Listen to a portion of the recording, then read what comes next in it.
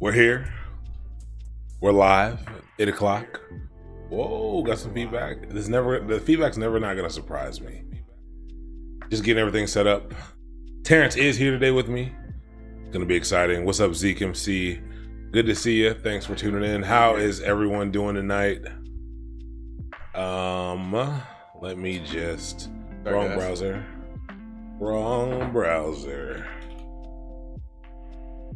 Get my monitor going, making sure it is hot. I told you that's why I took my sweatshirt off. It's so hot in here. I know this is part 3. Do I need to have any prior knowledge of anything from part 1 and 2?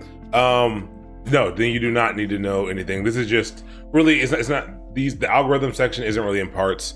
I put them up as parts, but this is just the third time we're gonna be practicing some algorithms together. You do not need to know anything from the first 2 specifically.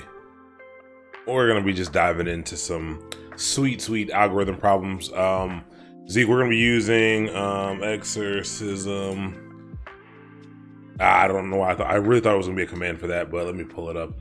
I don't know if you know anything about exorcism.io, but that's the site we're gonna be using. So if you want to make an account, you're more than welcome to. But we're gonna be going through some of that stuff. What's up, D Flare? What's up, 88 Opus? Good to see you. Good to see everybody. All right, got my coffee. I'm ready. The artisanal coffee. The artisanal coffee, handmade. I was like, what? Handmade. Listen to the stream while doing embedded systems homework. Hey, it's really funny.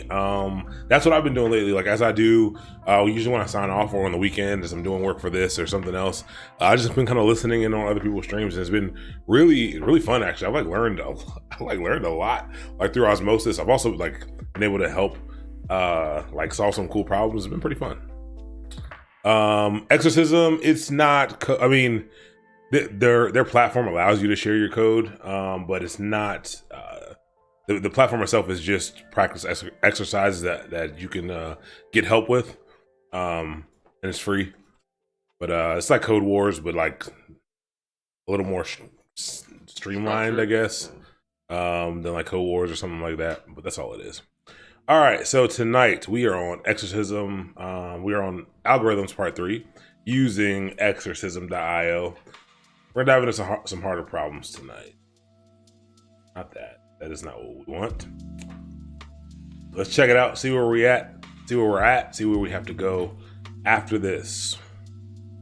Scroll down. Okay. Algorithms part 3 encoding challenges. That's all we're going to be doing is just learning how. Just again, the more and more we practice, more and more we get hands on, we will we'll start to get better and better. We'll start adding in some better. We've been kind of brute forcing everything. We'll still be brute forcing things, but we'll start adding in some fanciness. We'll start not just doing the bare minimum to get these things done. I'm also going to be talking about give you a little bit of information about test-driven development tonight. I gave you a little bit last time, but we'll dive a little deeper into it tonight as well, just because exorcism calls for that. Yeah, that's it. Have you actually in a professional environment? Yes. I personally done it effectively? No. Okay. TDD is pretty. Someone actually tweeted about it today, and I actually responded to it today. I think there's value in it, but I just never went. Yeah, somebody was basically like, I don't understand. They say. Let's see if I can find it. I've been checking out TDD, aka test-driven development. One thing I don't agree or fully understand is how to write tests for something you haven't implemented yet. That is the whole he says one thing I don't understand, and then he proceeds to explain the entire thing. We'll talk about that. They didn't include any complex data structures. No, they. What is a complex data structure? They don't. They're pretty simple. I've actually never gotten down to their deeper, harder problems. Because I just hash map. I don't know. Complex? Maybe. Yeah. Maybe they do. Maybe that's what we'll start doing when we start 100 Days of Code next week. Maybe we'll try to get through all 107 of these problems. Ooh, let's go. Maybe that's what we'll try to do. I like that. Maybe let's try to get through all 107. That's gonna be the goal. I'm gonna try to do it in Rust. I don't know. Dude. I don't know Rust, but I'm gonna try to do it in Rust. I do procedure programming. Will be usable to do stuff. Yeah. Procedural programming is fine. Functional programming is fine. They're all just different tools to solve different problems. I mean, we're gonna go over linked lists at all tonight. Probably not, but yes, we will. I think in exorcism there are plenty of linked list problems.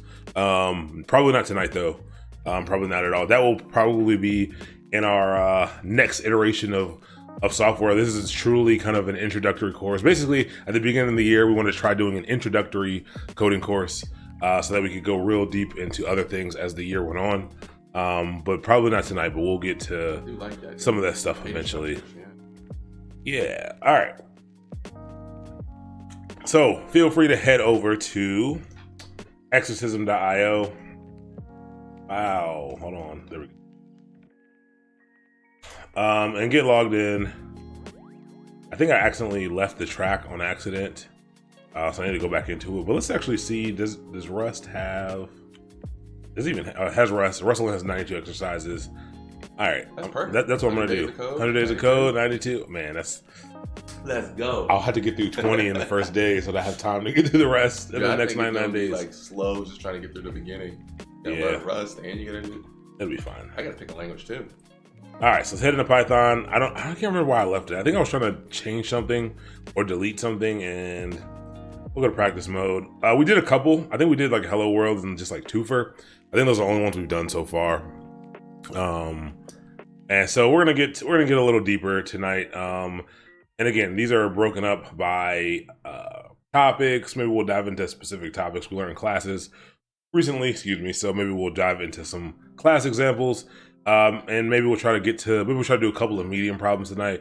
One easy one just to kind of get our feet wet, warm up. You don't stretch, you will pull a muscle. This is the same paradigm with your brain. It can ruin you for the whole day if you don't kind of warm up to some things first. So we'll grab one of the easy ones. It's interesting because what I did notice on this site is that there's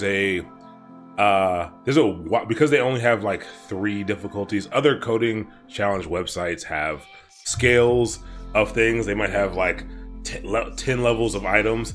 Having just easy, medium, and hard makes it so that there's a huge range between the easy problems, huge range between the medium problems and the hard problems. So like you might get a medium one that's like pretty like right on the edge of hard. Easy, and you might get one that's like, man, what is this?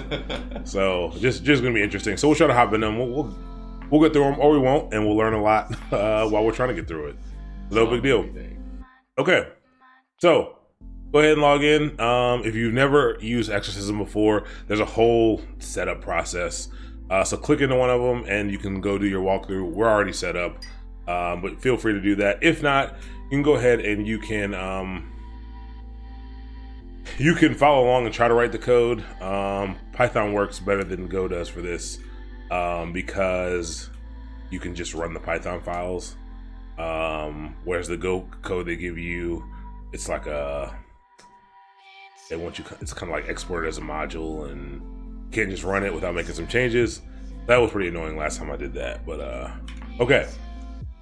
Down, let's put this here. Actually, no, we're gonna do first. I'm sorry if I'm gonna make someone angry here, but I am tired. I'm tired of looking at these colors.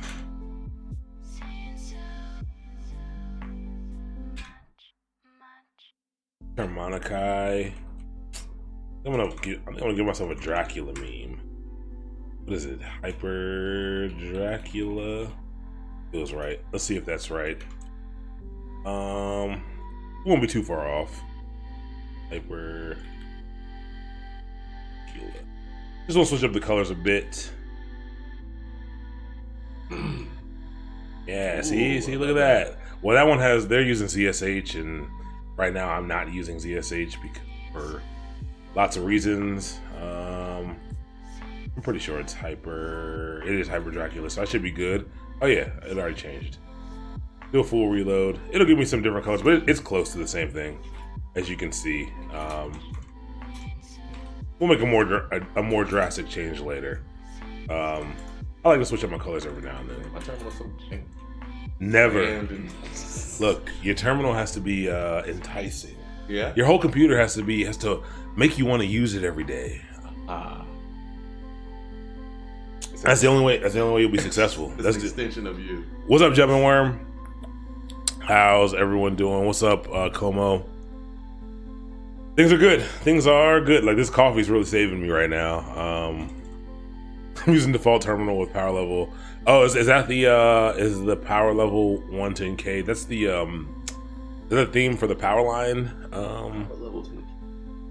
I don't remember. I have to Google it now because this is like the thing that I like. The power level K. Oh yeah, ZSH theme. Yeah. I might I like my computer looking good so much. I think I like form over function enough that I think even though I dislike ZSH, and I'm gonna have to relearn some things, I might reinstall it so that I have some cool stuff. I actually think if I do ZSH, I do think I have a cool setup or something. It's not cool. It's not cool. That was cool. It was pretty weak, actually. All right. I thought it was cool. All right. On to Python. Let's get started just because I think it's going to take us a little while to get through these. Let's go into the algorithm. Actually, we don't even need to go into algorithms because Exorcism is going to give us some files. So first, download this stuff, and then we can talk about TDD. So first one we're going to do, let's pick one. Let's do an easy one first. I don't think we did hamming. This seems like a lot to read. But we'll go ahead and download it. We'll do it. We'll just do it. It's a lot of words. Too long. It's definitely too long to read, but we're gonna read it. We're gonna read it, and we're gonna be good. I am using Pop! OS. I am still using Pop! OS. This is actually my System 76 laptop. I am still using it. It's tried and true. It works so well. I don't have any complaints about it at all, so I'm gonna keep using it. Nice. I might if I ever have other systems that I install Linux on, I'll definitely, I like to try different things, but for now, I'm gonna keep. There's no reason for me to switch off of this. I'm running Python tutorials from Introduction to Python, Hello World. And I'm getting Assertion Error not equal Hello World with my code print Hello World. I haven't modified anything other than that. Yes. That is, yes. So, you probably ran PyTest, let's see, with my code print. You have a capital P. I think that's your problem. Zeke, I believe that your P is capital. Also that so it's either that and your Hello World has to be exactly the same string as theirs. So they have a capital H and a lowercase w. Oh, actually, no, they have a capital H and capital W. I launched Python just with pytestfile.py. Yep. Let's pull the CD. Let me see. It's probably because you don't have the exact same string that they have. I can almost guarantee it. That really confused me at first. Or it might be broken. I've seen broken ones on there. CD, hello world. So you do PyTest. Hello. So this is what our hello world looked like when we did it last time. We didn't print it. You can print it, but we returned it. I don't know. Just make sure your string is exactly. Oh, you don't have the PyTest command. But you're getting assertion error. That makes sense. How are you getting an assertion error? Oh, so you're getting back none. Oh, it is because you didn't return anything. You got to return it. You got to do a return. So basically, it's saying your assertion error equals none. If I actually don't return this and I just print it, I will get the same thing that you're getting. Because functions are just little pieces of code. Yep, see I get an assertion error. I get the same none is not equal to hello world. And that's because even though we are generating that code, it does in fact print up here. right here, but you have to return it. Yep. Yeah, it's really annoying. I did that the very first time I ever used this. That happened, but also that's a perfect segue into TDD because, yeah, it's a perfect segue into TDD. So TDD, we talked about it before, test-driven development. Test-driven development is, yes, first off, we are, FMOMO, we are doing hamming. So if you want to download that, oh, you are, I saw it used. But test-driven development, what is it? It is the concept of writing, of using tests to guide your development, the implementation of your code. And so what does that mean? You can actually write code to ensure that the code that you've written does or is doing the proper thing. You can make sure that you're getting the necessary output. Test-driven development is actually writing tests before you ever write a piece of code to solve the problem. So you basically implement some test code that's gonna fail, obviously, because you have no real code. And then hopefully that guides you to be able to write your code in a way that causes these tests to start to pass. This is very difficult because then you're like, well, if I'm thinking about how to implement this, you know, like how do I, like, it's a super odd way of thinking. What the real goal is to not to be thinking about the implementation. It's really the tests are written more so to solve the features and the things that are necessary of the code. So we're gonna read through this hamming thing, but to see what that is. But the goal is not to test perceived functionality, perceived implementation. It's more so to test the solving of a problem. If I know that I'm supposed to get at the very end, like let's say I'm supposed to be calculating, maybe it's a bank account app, and I need to be calculating. I know at the very end that I need to be able to calculate someone's bank account, the amount in someone's bank account. I know that I don't need to know anything about implementation, but I know that the thing that I'm getting out every time needs to be a number. And so I can write code to make sure that the output is a number. And then I can write code to make sure that I can, you know, successfully add two numbers together. And I can subtract two numbers. And I can write code to make sure that I'm getting back specific data like account numbers and stuff like that. So you write the test to really cover the features of the problem. And then you allow that to drive your implementation. It is a tough thing to do. It takes a lot of practice. It is very hard to do. Is there an advantage of doing TDD in a macro level of software engineering? Like, so Terrence asks, is there an advantage of doing this? So TDD, actually, this data that shows TDD does not provide any significant advantages. Yeah. It's supposed to. I think part of that is, I think that part of the reason why it doesn't show the amount of greatness that it's supposed to show is because it's all dependent on your ability to determine what is an appropriate thing to be testing. So that's too much yes, there's too many variables there. But I do think it's good.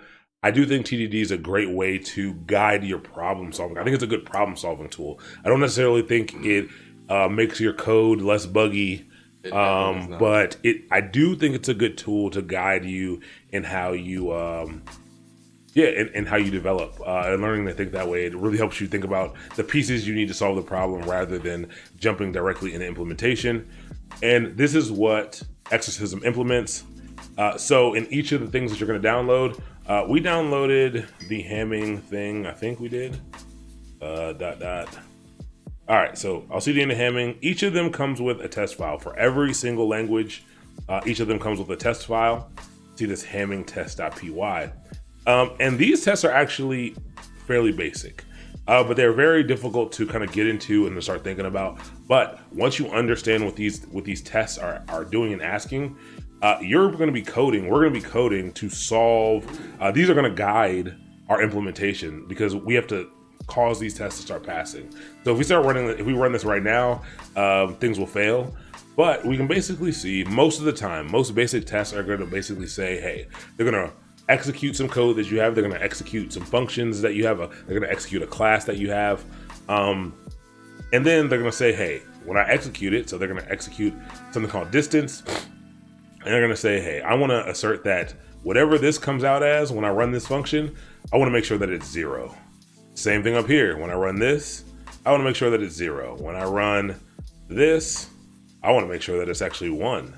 When I run this, I want to make sure that it's 9. So each coding language, each technology is going to have a different way of implementing test-driven development and kind of how you go about using a test suite and these testing libraries. But most of them by default are going to have something like this. They're going to have these assertions.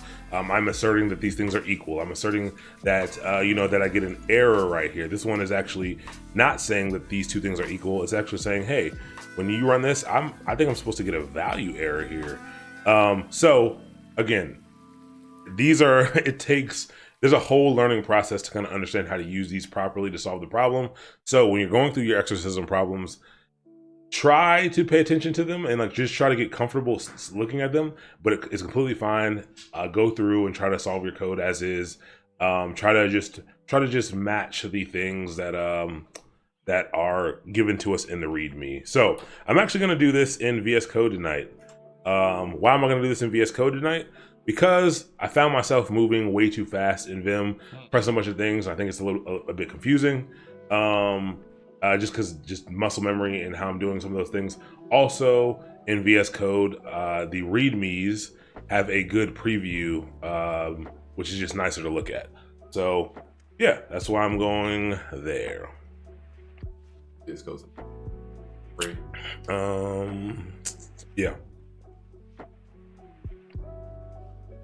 Move XPS and System 76 with Ubuntu. I actually love the XPS line of laptops. I used to have one. I had to buy. I say I'm a fan of open source, so I had to purchase System 76 laptop when I was ready. I mean, once I was looking for a new laptop, I was like, I gotta buy one. I want to support them for a long time. I will say that the new XPSs look amazing, and it's gonna be hard not to get one. Drop some bread. I mean, they actually offer a developer edition, so that is still kind of supporting open source, but yeah. All right, here we go. When a library lacks documentation, go read the test suite. Yeah, that's a good one. APIs and IPAs. That is a good name. First off, I love APIs, and I'm not the biggest IPA fan. I got to be honest, but I am a beer fan. I'm trying to chill out with the beer, but I do enjoy different types of beer. Huge stout fan, huge porter fan. I like ales as well, but I might get out, dude. we're gonna download this update later, but cool. This is why we're gonna use VS Code tonight instead of Vim, to show that we aren't vendor jockeys. We aren't locked in. I just made that word up. I have no idea. But cool. So hamming, we never read this before. We're gonna read it now, and then we're gonna check out the test. You fear the beer belly? Exactly. That is, I'm working off the beer belly. Like that's why I'm chilling out with the beer. I'm actually trying to move over to whiskey. I really don't drink that much at all, but like when I do want to drink, when I need a drink in the evening or something like that, or I go with friends. You do a little whiskey every now and again? Yeah. Nice. Yep. I'm trying to switch over to that, so there's not as many Less just calories. empty calories, like. For sure. The beer belly is a symbol of pride. While I do agree with that a bit, I want to wait until, give me like 4 or 5 more years, and then I'll wear it with pride. I think right now, everyone always says, everyone always says, I'm going into the 30th year of my life. Everyone always says, this is your prime, and I don't want to go into it with a beer. I mean, I'm going into it with a beer belly.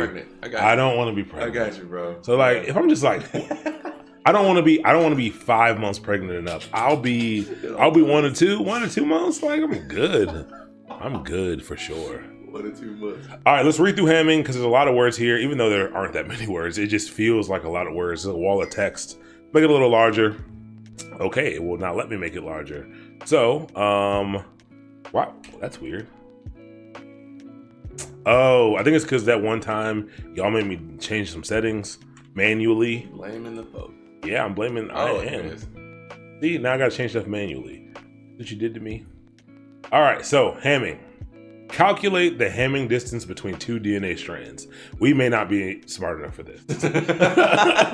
I'm gonna be honest with you. We may not be smart enough for this. This sounds like we're gonna learn something that we've never learned before.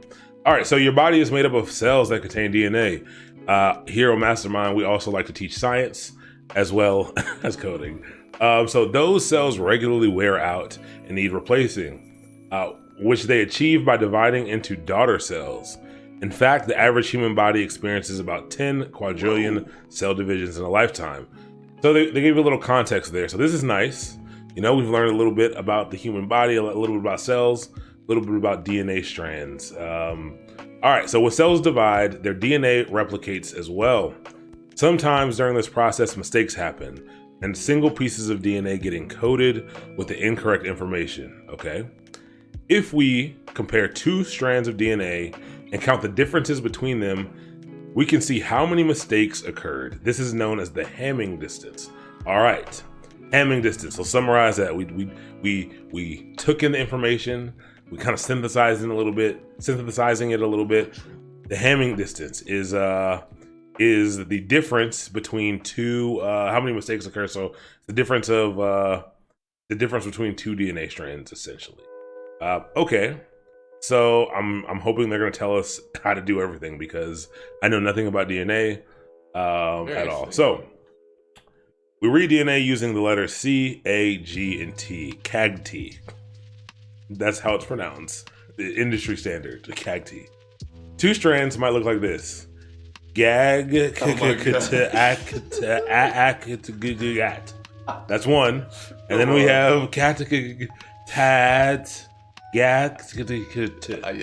All right, so those are two different things. So those are two different strands of DNA, which are obviously not equal. We know how to compare strings. We know how to do comparisons using comparison operators here.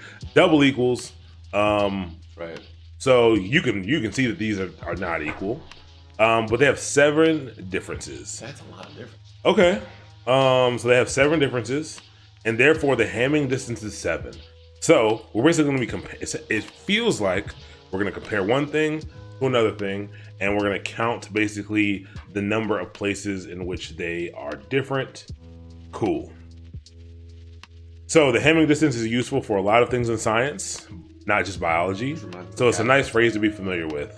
So we've learned something new. This will be on the quiz. Don't forget it. Implementation notes. So they're actually going to give us some implementation notes. The Hamming distance is only defined for sequences of equal length. That is good to know right now, right off bat. We're going to write down what we got to do in a second, but defined for sequences of equal length. So they have to be the same length. So an attempt to calculate it between sequences of different lengths should not work. Okay. The general handling of this situation, raising an exception versus returning a special value, may differ between languages. Okay, and then they tell us a little bit about exception messages, which we learned during the error handling section. So they tell us how to do that if we want. They tell us how to run some tests. Cool. A lot of information, a whole lot of information. Read through it 20 times if you need to. However many times you need to. Yep, that's all of it. Okay. The rest is just how you read. This is like everything down here. Underneath once you get to the exception messages for all of them, it's the same for everything. Gotcha. It's just stuff they put in. They tell you how to raise exceptions. They tell you how to actually run tests. Gotcha. They tell you how to submit the exercise. Okay, so maybe we can start by just, this one is a little bit harder. Was this an easy one? This is easy. I mean, it seems easy. I was just wondering if it was. It seemed like they gave us a lot of stuff here, but okay. So here's what we're gonna do. We're gonna leave that here so that we can refer to it whenever we want to refer to it. And actually, we're gonna open up the test file as well. I actually know how to do it already. Yeah, same. Like. All right, so we're gonna close that so we have the most space possible. So they give us some stub code already. Let's take a look at our stub code. Let's figure out what it does, and then let's go into the test file to kind of just see if we can also use that to help guide us. So they all automatically give us a function called distance. And distance looks like it's going to take 2 things. It's going to take strand A and strand B, which makes sense because we're trying to calculate the Hamming distance, which is the number of differences between these 2 DNA strands. So it makes sense that we're going to have to pass it 2 DNA strands for it to work. And then we just get a little pass here. So they've given us the base function to work with. This is also where tests help. If they did not give us stub code, I know the exorcism later on does not give you stub code for some things.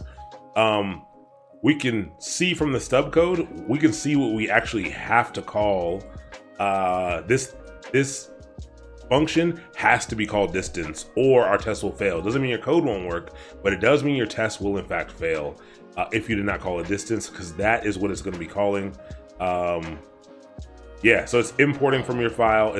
So from this Hamming file that you have right here, it's importing the distance function to be used, and it's using it in here. So that will guide you sometimes if you're like, I don't know what to call my function, or if you think you did your code right and it's like, hey, nothing works, check to make sure you are naming things in the way that the already written test code expects. The one thing I don't like about exorcism, as you get a little bit deep into exorcism, is that sometimes it will, there are times when instead of giving you all the tests, it will actually have you update. You will actually need to update some of the tests, which is interesting, but they don't tell you that, which is kind of annoying because they spend time getting you groomed to being reliant on the tests. So that can be annoying, but that comes later. That's after you're deeper into it. I think I clicked on one that was kind of far down, and I was like, this don't match up at all. I don't think I tried to solve it, but you did need to. They do that on purpose on the harder level ones, just so you can get familiar with writing the test, or is it just on accident? Who knows? I don't know. I don't know. Are we doing none handling? We can handle none here. I don't think we need to handle none here, but we can. Well, let's actually see. We can handle none, no problem. But let's see if they want us to handle none. I don't see none in here. I don't. But we can write a test. We can handle none, and we can write a test for none as well. So just to practice write some tests. I don't see any handling. What do you mean you? Oh, I guess because we haven't written anything, so that makes sense. Cool. All right, let's start writing some stuff. So before, what we're gonna do up here? Nope.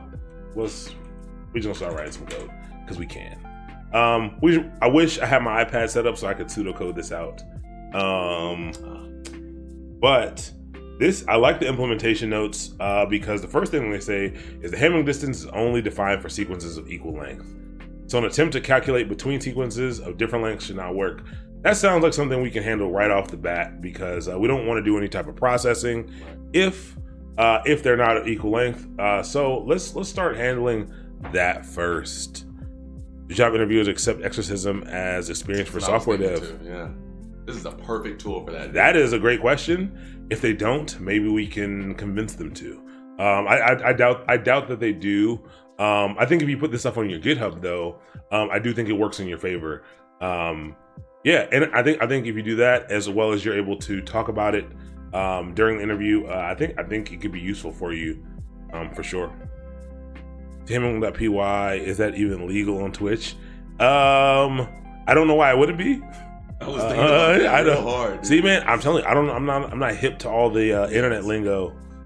All right, cool. So let's start with that. So the Hamming distance is only defined for sequences of equal length. So we need to make sure they're equal, and if they're not equal, we need to go ahead and make sure that we handle the situation. Which is probably going to be raising an exception, but I bet you we can use our test to find out what they want. All right, so let's do that. So how do we check if two? Let's just put this here. Check if strands are of equal length. That's right. If they are not, handle it. All right, so let's do that code right now. We could, so you have lots of freedom when doing stuff like this. We could just write it all in this definition right here. We could add, other functions, if we wanted to. Let's do that.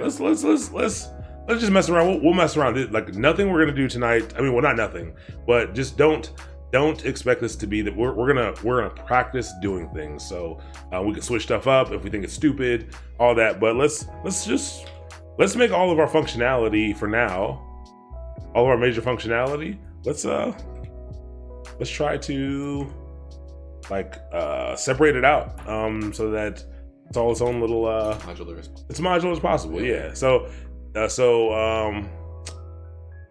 What should we call this? Check length? I like that. Yeah. Check length. So we're going to write a function called check length. Our function of check length, it needs to check if strands are equal length. What does this need to take? Does it need to accept anything? Yes, it does. Yeah, we're gonna try to make sure we're gonna try not to be monsters with our code. We're gonna do our best not to be monsters with the code. And maybe it might actually help if we move this above for people's just visual sake. But for now, we'll leave it like this. We can rearrange later. And you just take two things. And remember, whatever you put inside of these parentheses is just a variable. It's just a placeholder. So it doesn't really matter. So we could use strand A and strand B again. I don't know if that's more or less confusing. Let's just call it. We're gonna call it strand 1 and strand 2. That's perfect. Yeah. I can never tell for people if that's more or less confusing, because that's likely what we're gonna be passing. Yeah. I mean, it is what we're gonna be passing, but like, it's. I know what you mean. It's okay. Naming things are hard. Naming things are difficult. I like that. Also like red and blue. It all works. So we need to check the length, make sure that they're equal. So how do we check if something is equal? Basically, we would say strand 1 equals strand 2. And this statement alone would return us a true or false, but like that alone doesn't do anything. So we want to take some action based off of that. And we kind of want to control the flow of the program. So let's go ahead and throw in an if here. So we're going to say if strand 1 is equal to strand 2. This actually might be kind of weird. No, that's fine. We'll check the length of that. Yes, we need to check the length. So not if they're equal, because actually, what would this tell us? Actually, it actually does tell us something. It does tell us that it's equal, that the two will be equal. So, but you like have to write more code. In terms of, and this has nothing to do with programming, but in terms of the question that was asked, yeah, if they were equal, what does that tell us? If strand 1 was equal to strand 2, that would tell us that they have the same length. If they were actually equal, that would tell us that the Hamming length is 0. That's true. And that the DNA sequences are the same. We are scientists who have come from med school. Yeah. We know how to check if DNA sequences are exactly the same. So you're right. We need to check if they are of equal length. How do you check length in Python? We know that you can just use this sweet len function. Yeah. I can't tell you how, I mean, I'm just assuming it's len right now. I can't tell you how much I get mixed up on every programming language if it's len or dot length. Yes, if it's spelled out. Or if it's length. Yeah, dude. So I hope this is right. It feels like it's going to be right, but maybe not. A measuring tape would absolutely be a valid response for this. So if we're doing this, in here. If they are of equal length, like, then what? Then what? Then we can return a bool. That's what I'm thinking. Okay, we can return a bool. That's what I'm thinking. What would we do with it? You return true. The depth distance method would call check length. It would do that little logic, whatever. And if it passes, then you can take on with your function of depth distance. If it's false, raise the exception. So, do we need to return anything at this point? Like period? Yeah. Why? Because isn't distance going to be calling check length? We're going to be calling this method, so we have to know what the output of check length is, whether or not they're actually equal or not. Do we? Okay. Clearly, Aaron has some other ways to do this. I don't know. I mean, we might. We might. In my mind, we don't. Because what are you thinking? You pass it. Because if they're not, you raise the exception. Okay, good enough. So works. The exception will either get raised or it'll just continue. It'll just continue on. I think that works better, fine. Actually, I like that. So if they're equal, great. We can go ahead and continue processing our program. If not, we can go ahead and raise an exception. If you're like, oh man, how do I raise an exception? Look at our handy dandy README. It's cool that they do. Yeah. And do all this. And we're going to raise a meaningful message indicating the source of our error. We are not changing that. That is going to be the meaning. That is going to be the meaningful message. I like it. Indicating the source of our error. And so this is great. What's up, Hard Spar? What's up? I need to turn up my sound a little bit so I can hear when people are. I used to get the little bling alert, but I guess I don't know what's happening. What does the pass keyword do in Python? So all the pass keyword does is if we were to just do a conditional, or we would just do like a function definition without putting anything underneath, it would actually fail. It's actually not valid syntax. Pass just allows you to basically set up this and evaluate it, and pass just says keep going, like just keep moving, like nothing happened, like just keep going. So if this is true, the program's just gonna kind of continue. It's gonna pass and exit out of this little area and just keep running along. And remember, we have some other things to control our control flow. Like if this was a loop, we could do something like a continue to send it to the next iteration. What else is there? There's like one or two more. I don't remember. Pass. I'm gonna leave it there for now. I don't remember. But yeah, so basically it's just gonna pass, just keep going through. If not, it's gonna raise an exception. So this right now is we now think we have a function to check the lengths, make sure they're equal. Let's go ahead and just test this ourselves. Yeah. So we wrote the function, but I mean, let's two strings. Let's go ahead and run this. Yeah. Let's save it. And I forgot you could just press the little run here in VS Code. That's kind of nice. Oh, you're about to go to your Vim and. All right, so first thing we have is an unexpected indentation block. Why is that? So this is for a number of reasons. Actually, this can be kind of confusing. It is indented properly, but it thinks that it's not indented properly because we've defined a function here, and then we didn't do anything underneath. And again, I told you that we just talked about that being invalid. So actually, if I put a pass here, this will actually run. This will actually run, and you can see if I just click play again, nothing happens, which is great. That means it ran. That means it exited properly. Great, but it didn't give us anything. We don't know what really happened here. So what can we do?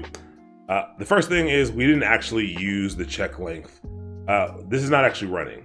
Nothing's actually running.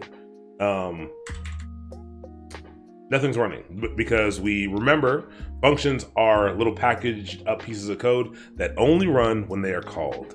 We are not calling any of these. So we're gonna do two things here. We're gonna first call distance. Let's first call distance down here. Call distance. And distance takes two strings. So we're gonna call string 1 and string 2. All right, we're gonna call string 1 and string 2, and we're actually gonna call this, and if we do a pass, we should get the same output that we just got, which is basically nothing. So we're gonna call this function, which is the main basically our main function for this. We're gonna call this function, and we're gonna run it, and we're not gonna get any output. But we want this distance function to actually utilize this check length. So let's call it here. So let's check length. And the things that we need to check the length of are the things that are passed in here. So check the length of strand A and strand B. So those things are going to get passed into here. Then it's going to use those and it's going to pass it into check length. And actually in Python, I wonder if I have to switch these around. We'll see. We'll see in a second. But I'll save it. Oh, you mean the order? The order? I don't think so. I don't think so. But we'll see. And we run it again, and that's fine, still runs, but we didn't get any output. Why didn't we get any output?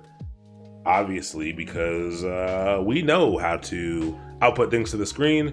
We did not output anything to the screen to check the length, but what it did not do is it did not raise an exception, but it actually indicates that we probably are fine because we said if these are not even, raise an exception. So we passed in two strings that are of equal length. Let's change one. What if this is string 22 instead of string 2? And we press our play button, and now we get an error. Instead of just getting a nice, exit back to the command line, back to our prompt, we get an exception, meaningful message indicating the source of the error. It says it's meaningful, which means it's meaningful. And we have raised an exception here. So I think that probably helps our first thing. Actually, one of the first things we should have done probably was this, to just run the test. That's usually kind of what you want to do first. PyTest, hamming test.py, and we got it. Well, we immediately got an error. It tells you what they are. Meaningful message indicating source of the error. Raise exception. One error during collection. Didn't really tell us much there. That's actually not nearly as descriptive as I expected it to be. But actually, you know what? That actually might come from this. Might come from the extra code that we put in to run it. Run again. Maybe it'll be a little more meaningful. Whoops, I did not mean. Okay, That's way better. Here we go. Yeah. So now we get meaningful test messages. So I know this is a lot. I know you just saw a lot of text shoot out, and it's a lot. But let's take a look at the first one. So we got a lot of Fs. All the Fs stand for failures. If they pass, I think they're a dot. I think it's a little green dot if you pass. But failures. Tells you what failed. It let you know which test it was. It let you know which line it was at, what the exact test was, and it should give you it should give you both what it expected and the output that it got. And it looks like for this one it got an exception. But what was it supposed to get? It was supposed to get AAA here. I think most of them returned an exception. Not most of them. Some of them returned an exception.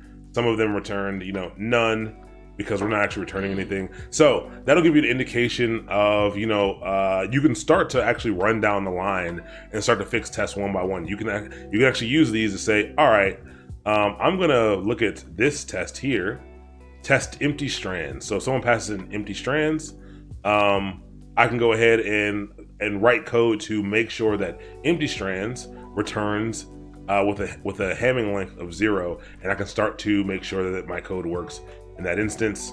But I think for our purposes, we're not going to do that today. We're going to read through the problem and try to solve it that way. So right now, I think we're good. I think we've solved this particular problem of that it only runs when the sequences are of equal length. So attempt to call it between sequences of different lengths should not work. So different lengths should cause that error to run, especially if this is the first thing that kind of gets run here. So cool. I think we're good. I think we are good now. Any questions so far about where we're at? Null handling. Null handling is coming up. No problem. We can do that. We can definitely do that. All right. Let's move on from here and see if we can tackle the actual Hamming calculations. So, all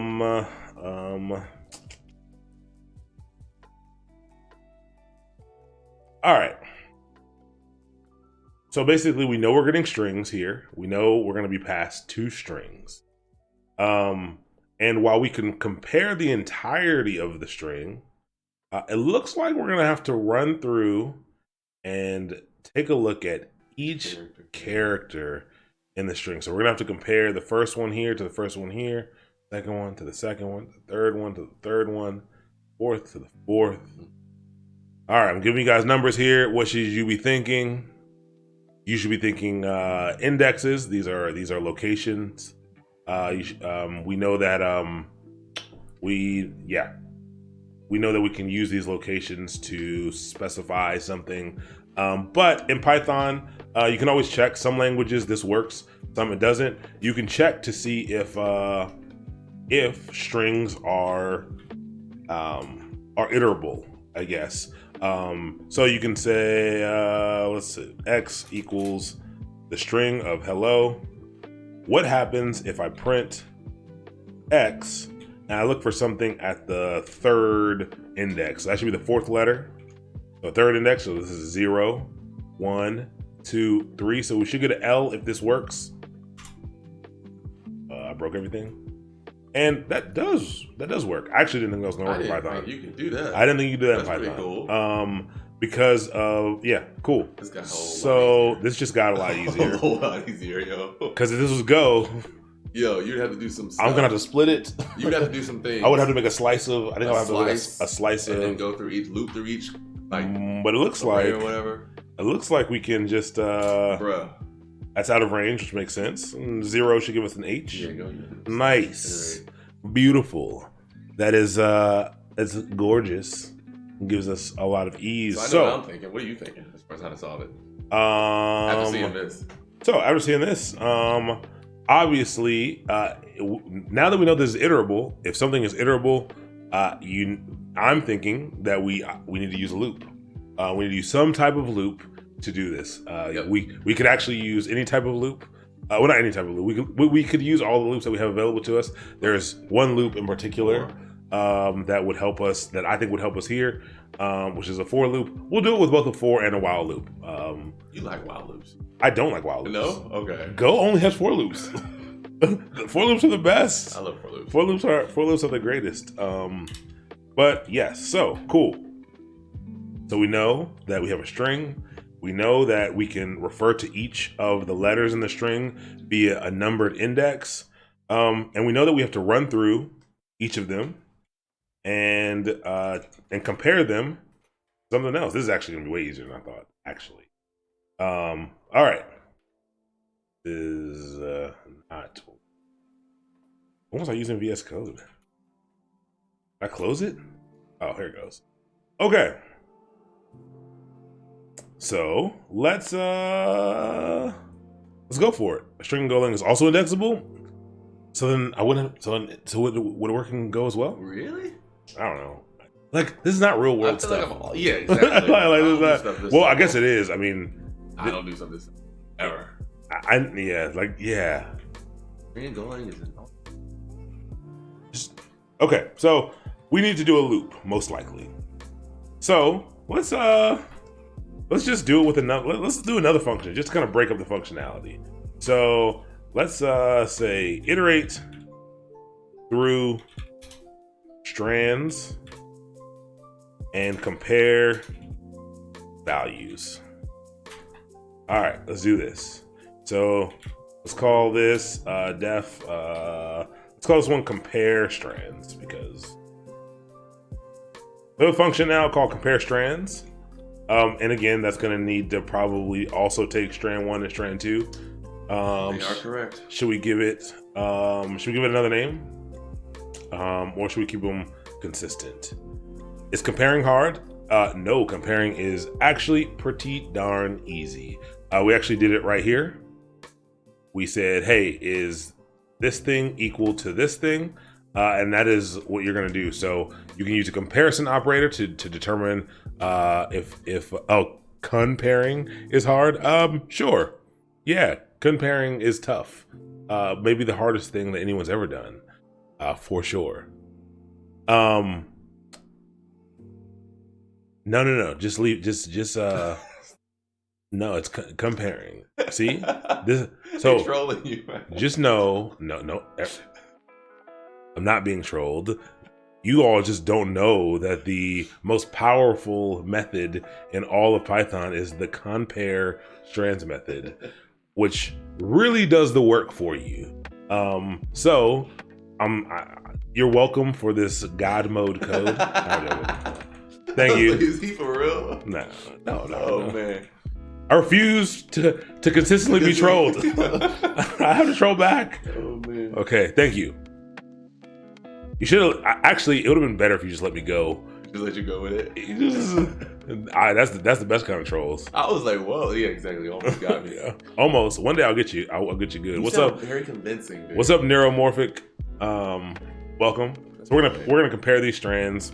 We're just gonna keep the whole strand 1 and 2 going. Maybe, but if we were gonna keep strand 1 and 2 going, we should keep strand A and B going. Yeah, go ahead.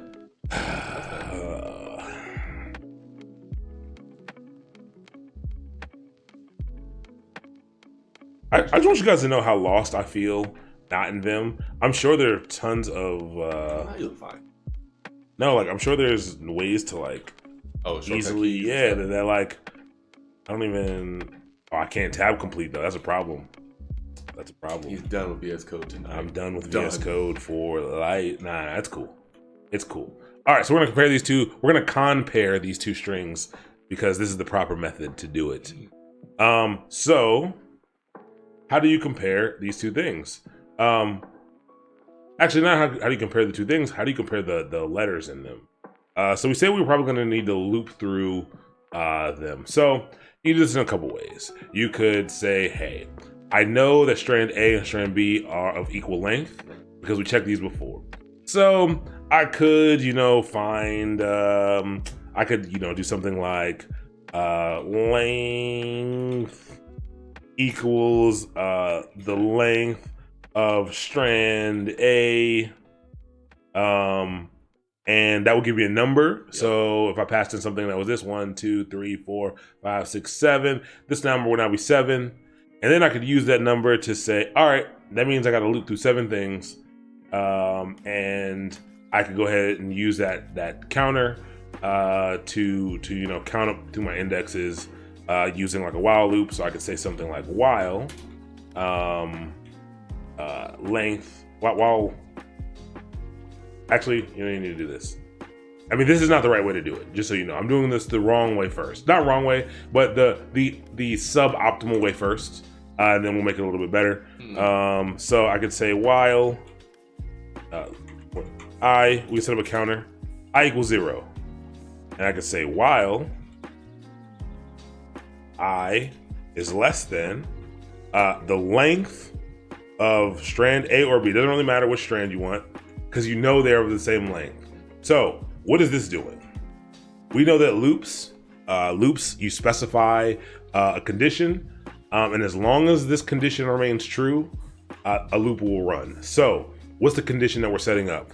We set I equal to 0, which is common. You set up an iterator, you set up an index here, a counter that you want. And I'm saying while I is less than length strand A. So what is length strand A? It is however many letters or characters are in strand A. So in this case, it's 7. So this would actually be 7. So it'll basically say while I is less than 7, go ahead and run the code that's underneath here. And so basically, because we want to iterate through all the letters in strand A or strand B, this is why we're using the length of it. So what is the code that we would want to put in here? Again, this is the suboptimal way of doing it. We're going to use a for loop after this. Actually, Python, I think this is why I like Python a lot, is because it provides a lot of syntactic loop sugar or stuff like this that other languages don't provide. But we're just going to do this with a while loop first. And so how are we going to compare values using this loop? Coding sprinkles. Yeah, I forgot you brought that up before. Coding sprinkles is a good one. I'm going to try to remember to call it that. We know that we can refer to each of these letters by the index value. Remember, we were in here, right here, and we had a string, and we were able to use this bracket notation to reference these things. And so we know we have access to a number. Let's start by like printing this out. Let's print out everything in strand A. So strand. Actually, let's print strand A, and the index we know is we need a number that's going to change. So basically, the while loop is going to run. We generally know that if we have a counter, we're going to use that to count up. Every time this while loop runs, we're going to want to count that up. We have to implement that in a second. But what do we have here that changes that we can use to be variable here to count that up? And that is the I. The I is our counter, and then we're going to just do I plus equals 1. So basically, it's going to run through. It's the first time.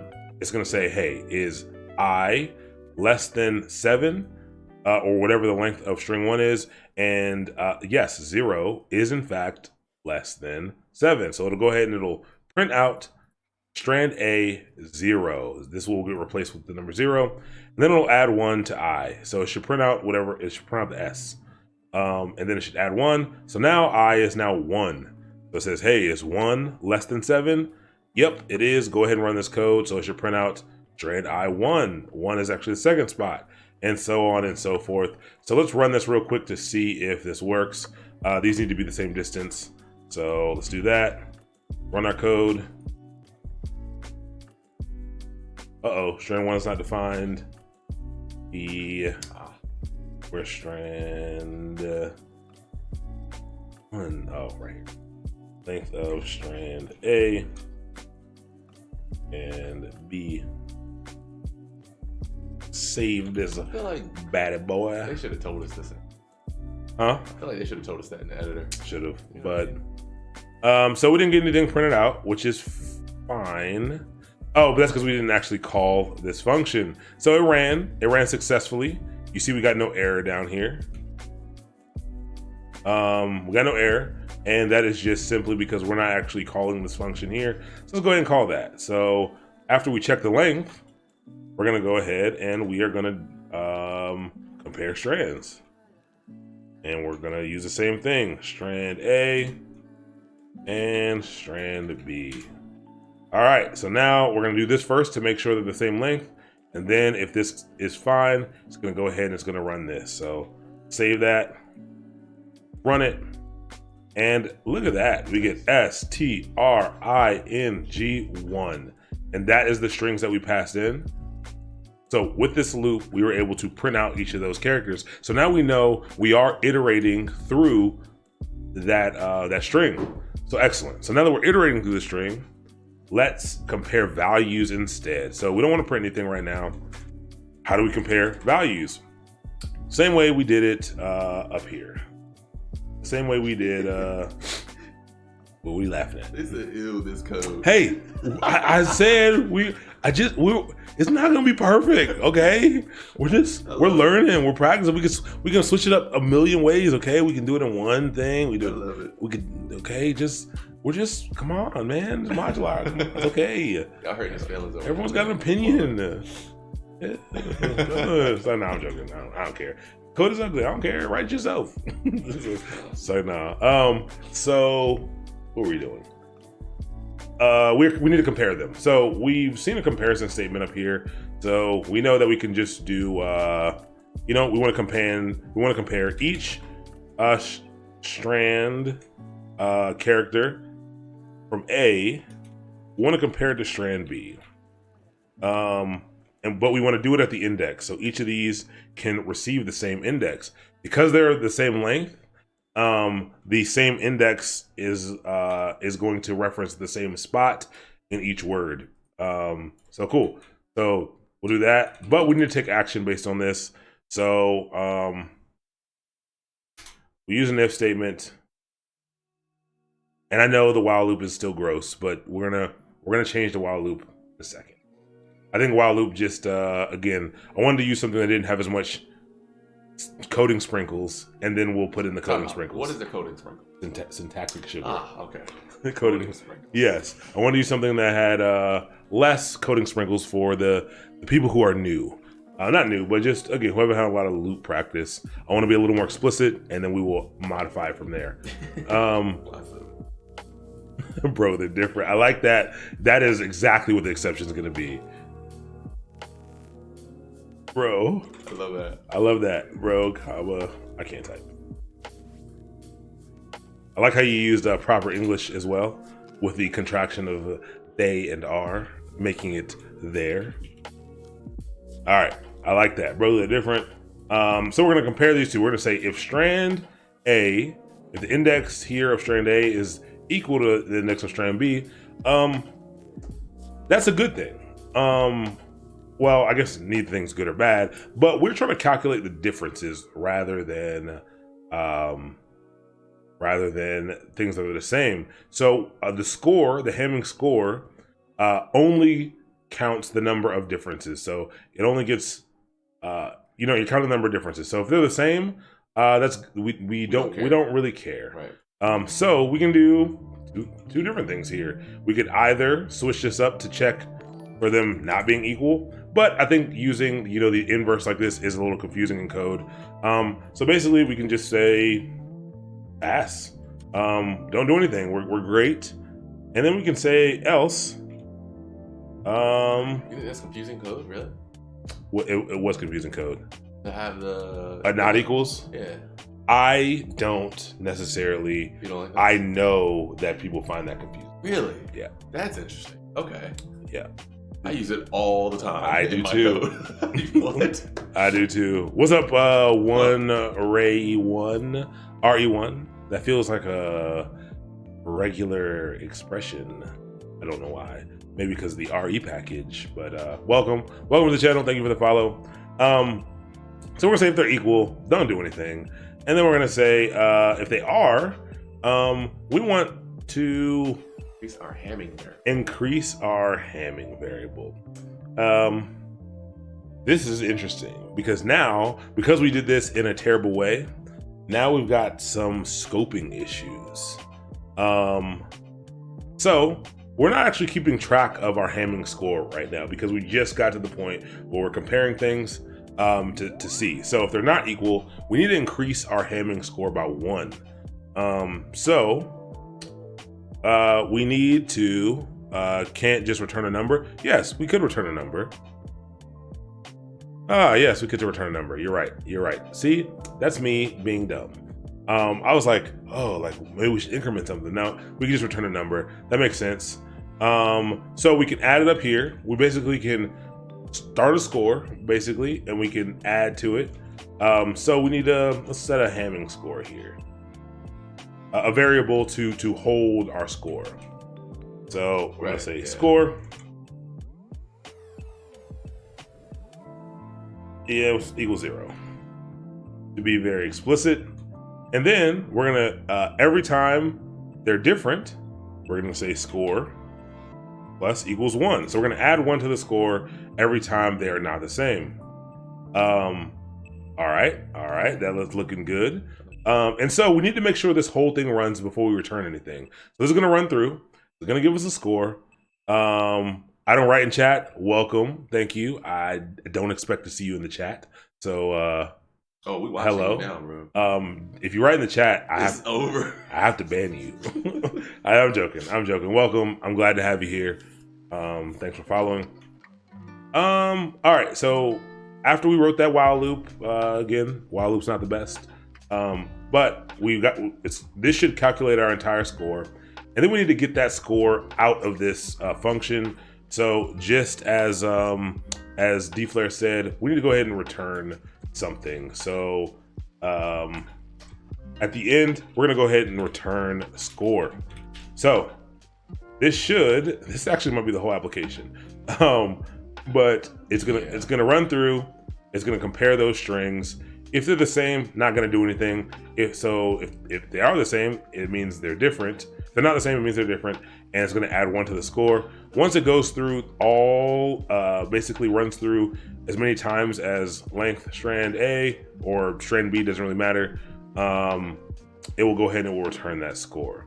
So we already doing this, so this might be our whole program, actually. We'll save it and we'll run it. So we're passing in string 1 and string 2. We know that the only difference between string 1 and string 2 is the last thing here. So theoretically, this score should be 1. We run it, we get nothing. No, we get nothing. Why is it? Did you just run it? I did run it. We get nothing. And why do we get nothing? Aren't we printing out? We're not printing out anything. So we'll print this function. Save it. We'll run it. We get a noon. We get a none. A none type here. Why do we get a none type? Compare strand distance. Compare strand. Actually, don't know why. Return score. It goes here. Compare strand. I can print compare strand instead. I don't know. You aren't returning the value from compare string. Yeah, I am. Wait a minute, is that while? No, that's right. It's not supposed to be a while. That's right. Distance doesn't return. This is not a main function. In my mind, this is a main function. Distance doesn't return anything. And so can you just return this? I don't know. I actually don't know if you can do this in Python. You can do it in Python. Thank you for saving the day, everyone. I learned something new as well. But yeah, line 3. So this returned 1. This is not the best way to do it. We're gonna clean this up for sure. But basically, I just returned the value of this. I could set it to a value or something, but don't sweat it right now. We just want to check to see if this worked. And let's make it way different. So this is 1, change 3. Okay, so now this should give us a completely different score. Just to make sure we're good to go, press play, we get 4. So the Hamming score is 4. And funny enough, okay, this is actually good. So now we actually have 5 passing tests already.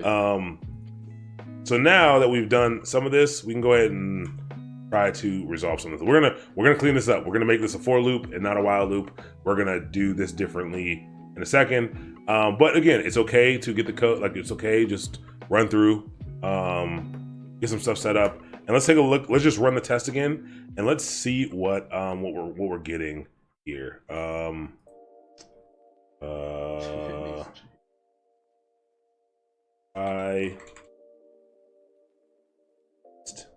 I test aiming. All right, so we have 5 passing tests now. That's great. Before we had none, and see, it gives you little dots here. It sucks because the F's feel so harsh, and then the dot, and all it gives you some dots. Give me some P, man. Give me a pass, or give me like a A+ because I did it great. I mean, you get check marks and go. See, I think I was getting dots. Checks and X's. I think I was getting go for real. I think I was getting dots. I don't know. We'll see. We will find out soon. All right. So this test is to disallow first strand longer. It's supposed to raise a value error. Okay. What does it actually raise? It actually raises an exception rather than a value error. So we need to raise a value error instead. So that's just a different way. Oh, okay. Actually, let's check more of these before we just solve this one. I wonder if they're going to be asking for different types of exceptions throughout here. So that's what we got for that one. Then this one, disallow left empty strand. So this was supposed to get value error.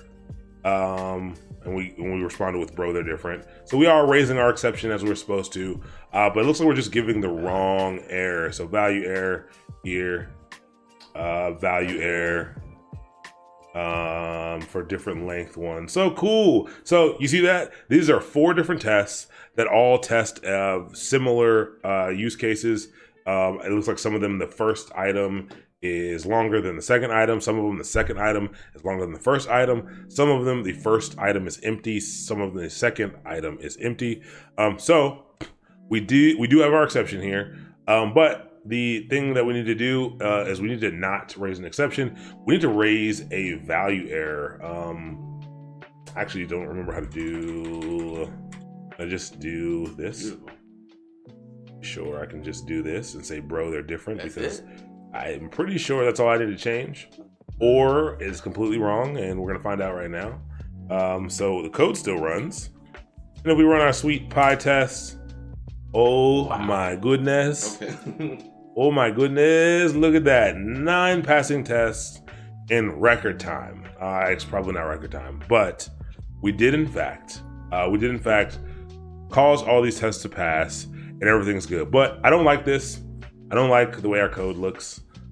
Super nasty. So first thing we're gonna do is we're simply going to use a better loop for this. So while loops are good for when you are unsure of, they're best for when you're unsure of how many iterations you're gonna need to take. In this case, we know exactly how many we're going to need to take. Also, Python again provides you a way to go through things easier. So I'll leave this. You ever use a do-while loop?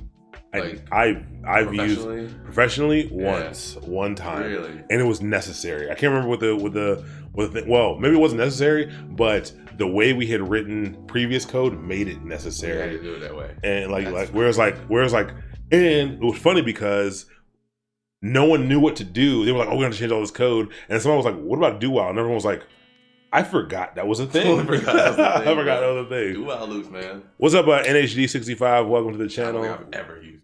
I've used it one time, and we might not even needed to use it. We just felt like we did. But we did. All right, let's change this. So we'll leave that there so you can see it. Still gonna use our score, but you can use a for loop to iterate through something. So I'm going to block comment all of this, just in case you want to look at it and see it later. But just to show you, I can say let's say character in strand A or strand B, either one, doesn't really matter. First, we're gonna go ahead and just to show you that we can iterate through it, we're gonna go ahead and we're gonna print the character. So basically, this is again that syntactic sugar to do a for loop to iterate through each of these items. And every time it goes through, character, this char is going to reference the thing that we're indexed at. And then we're going to start out by just printing it out.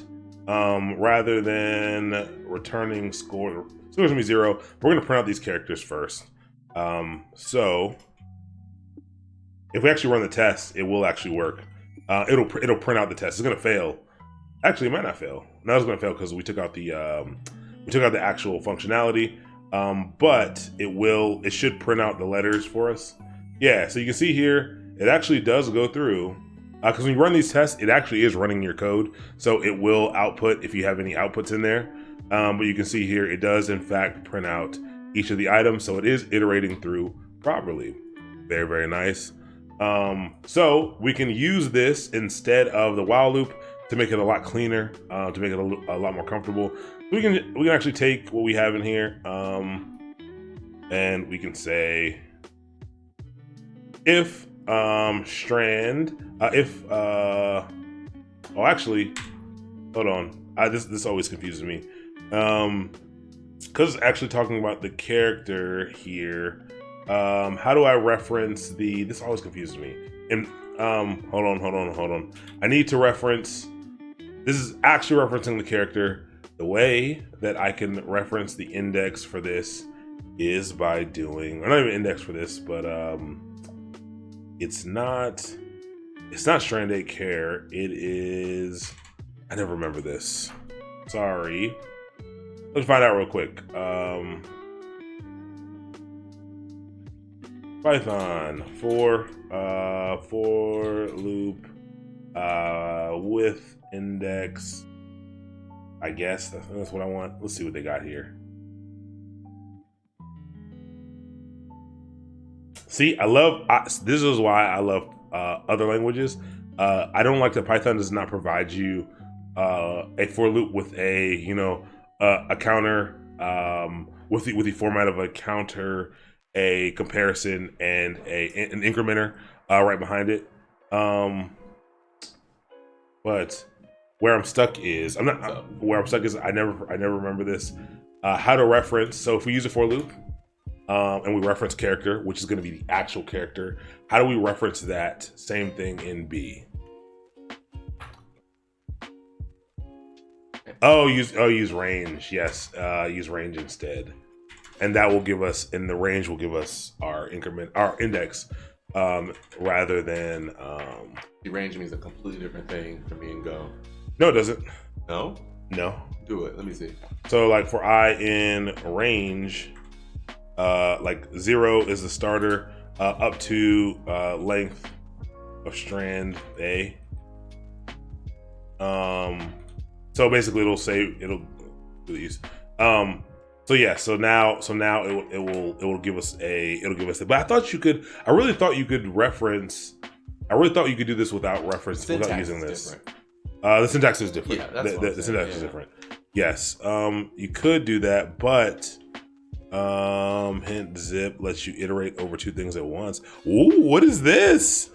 Hold on. Hey, Hold on. Maybe we're gonna use this. Zip. Once. Hey man, you guys know I'm gonna look if you tell me something. So don't lie to me. Find a zip. Is this? Oh, as arguments, it returns an iterator. The iterator generates a series of.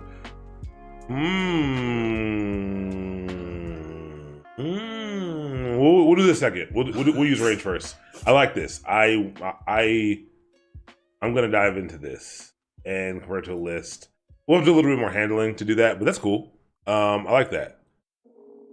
Can you extract from value from binary trees into the list, then use sort algorithms to put them in the other number? That sounds like the perfect plan. I mean, sure. Carrying range. I really thought you could just simply iterate through. I know that there's a way. I'm confident. I'm not 100% sure, but I'm confident enough to say that I know there's a way to do this without range, while using the for iterator to loop through to reference the key value. I'm almost positive. But yeah, I'll check it out, but we'll see. I personally tried and couldn't do it. Enumerate. I think there's a way to do it without enumerate as well. Maybe not. Okay, so now we have this for carrying range 0. Now we can do, just so you can see the difference here, we're gonna print char again. And we are going to save this and we're gonna run our tests. And you can see here that instead of the numbers that we got up here, the letters that we got up here, we are now getting the index instead, because we're using the range function, which does in fact count from the number you give it to the number that's ending. So because of that, now we can do the same thing that we did down here. And instead of I, we are obviously using character, a little more identifiable.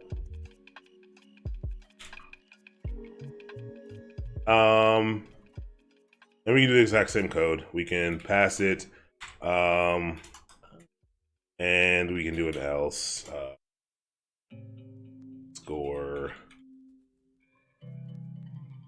plus equals 1, or we can do does Python have ternary operators? I think they do. I know JavaScript does, where we could do this in a one-liner. But just to show you that this does work, that it should pass all of our tests. Let's do that. Let's make sure everything's still working. Oh no! It gives us an invalid syntax on the else. Looks like I missed a colon. They hyped it up like it wasn't that serious. Like look at all that red for missing colon. And still passes. But let's check if Python has ternary operators. I think it does. Ternary, but not with question mark. Yeah, let's see how ternaries are operated. So what are ternary statements? Ternary statements are statements that basically do some type of conditional checking to determine whether the value is going to be one thing or the other. Python ternary statement. I find these are confusing when I use them. People don't know what I'm doing when I use this. If I'm using JavaScript, I write ternaries all the time. Yeah. But maybe it's confusing. I don't care. I don't care. I like it. It makes sense when I got a lot of code and I just want to make it. So it's if else. Okay. Well. Okay. The only problem with this is I'm used to the question mark and else b. So let me see if that'll work in this instance. So let's say score equals if this. Probably just gonna break everything. That's gonna be fun. If if so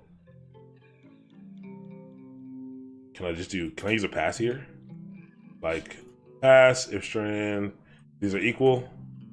Else, score plus equals 1. That doesn't look bad. We'll see if this works. I go hard in the paint, so I just go all in and I delete everything. Just because I'm just confident in myself. So, alright. Actually, I don't even know. Score. I'll have to do this because I'm already doing the equals over here. Score equals score plus 1. I think. Alright, let's run this. Oh, so pass doesn't work. Can I just do nothing? Can I do nothing? Can I just do like a... can I do just score plus 0? Score. I just set it equal to score. Let's see if that works. Okay. I test. They all still pass. So we do in fact we do in fact have a nice little ternary operator here, but it looks a little weird. So just to show you what's happening here, to talk through what's happening here a little bit is again, it will basically, I'm setting a variable here for score, and this is just kind of an inline if else statement. And it's basically saying use this value if this thing is true.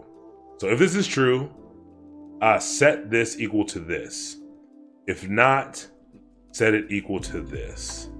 So so I'm just keeping score the same if this is true, else I'm adding 1 to it.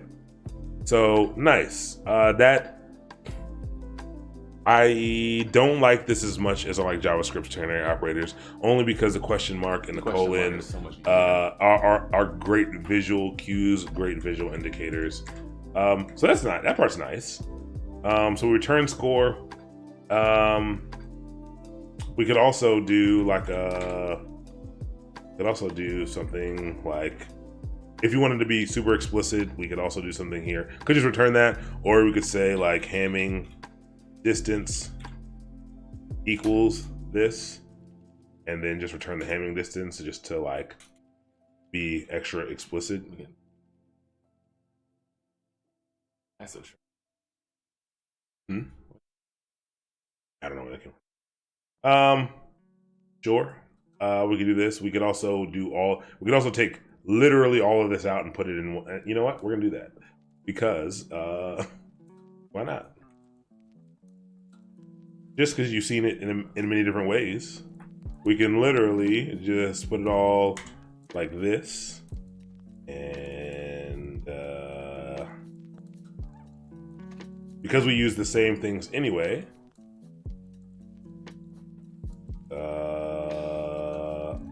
break everything.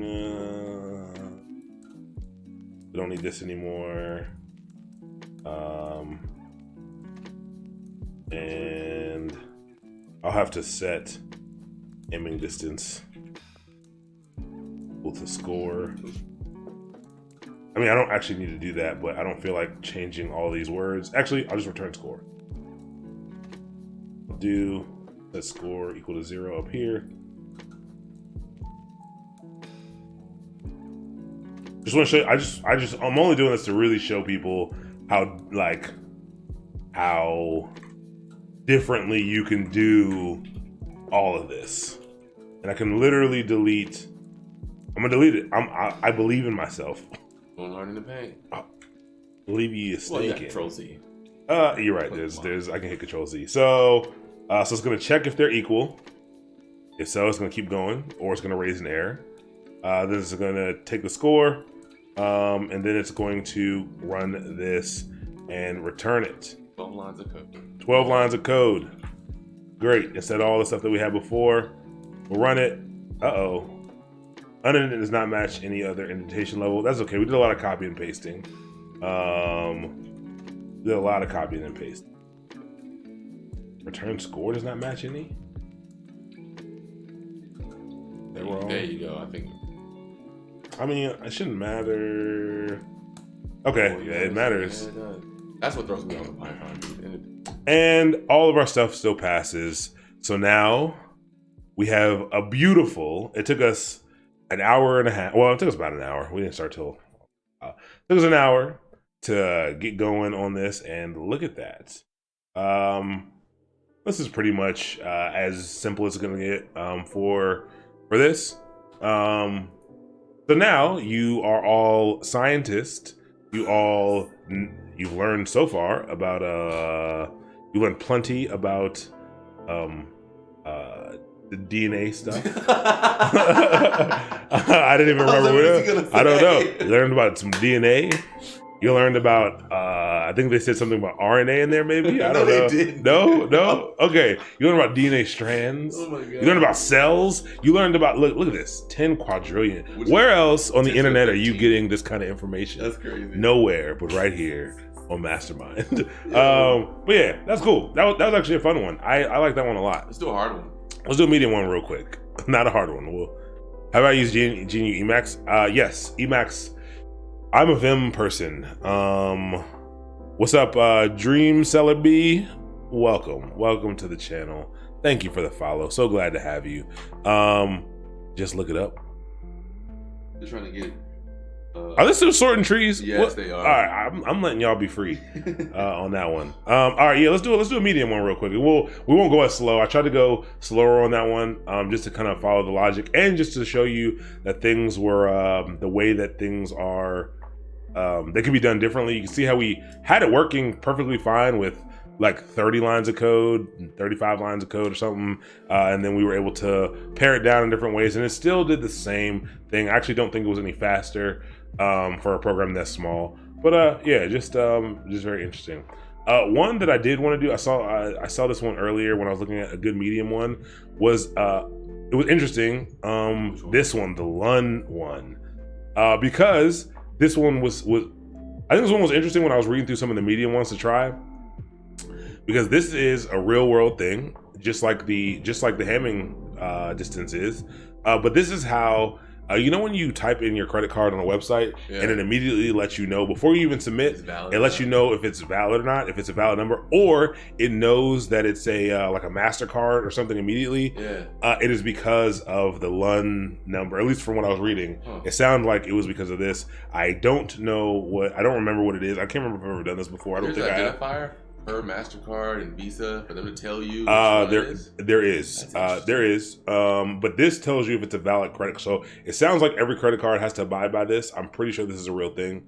I only because I Wikipedia'd it right after. I was like, oh, did they make this up or did they create this for this? And it was.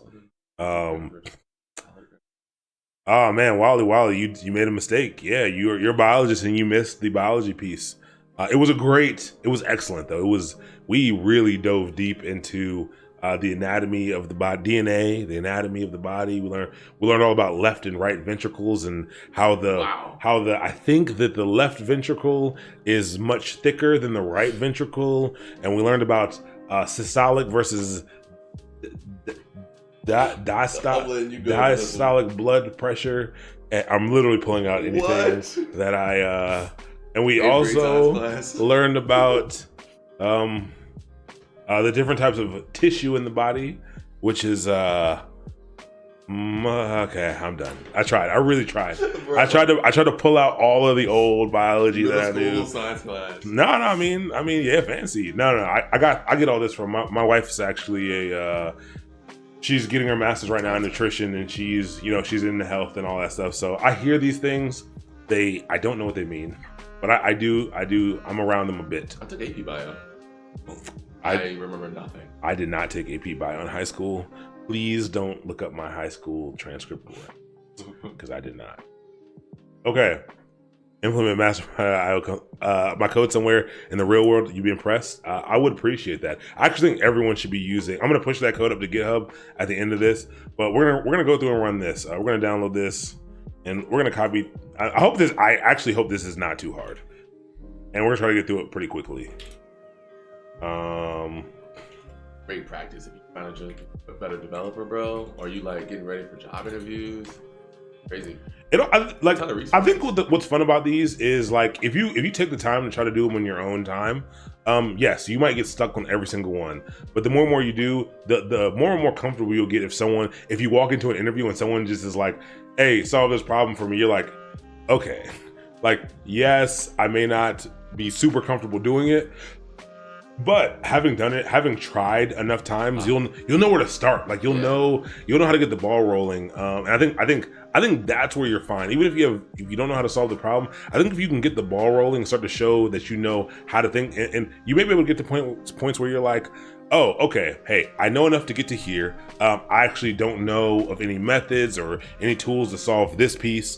And if they let you use Google, you can Google. If not, you can say, hey, is there any help you can provide me here? And maybe they'll get you over the hump, or they'll see that, they'll help you over the hump, and you can continue on. But just the process of doing it is good. I'm not a fan of whiteboard tests. I actually don't think that most companies need to do them. I think there are some companies, due to the nature of their work, they do need to verify some things, but I think most companies don't need to. But if you are going to walk into one, it's best that you've tried to do some before, for sure.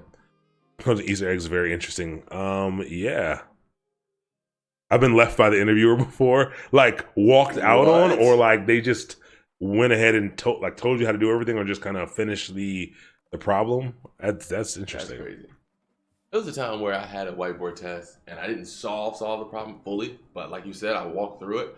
I did what I could, and I still got the job. Exactly. Yeah, I didn't accept the job offer, but they gave it to me. Yeah. Over text with all the individual text. I like that. Those are the fun things.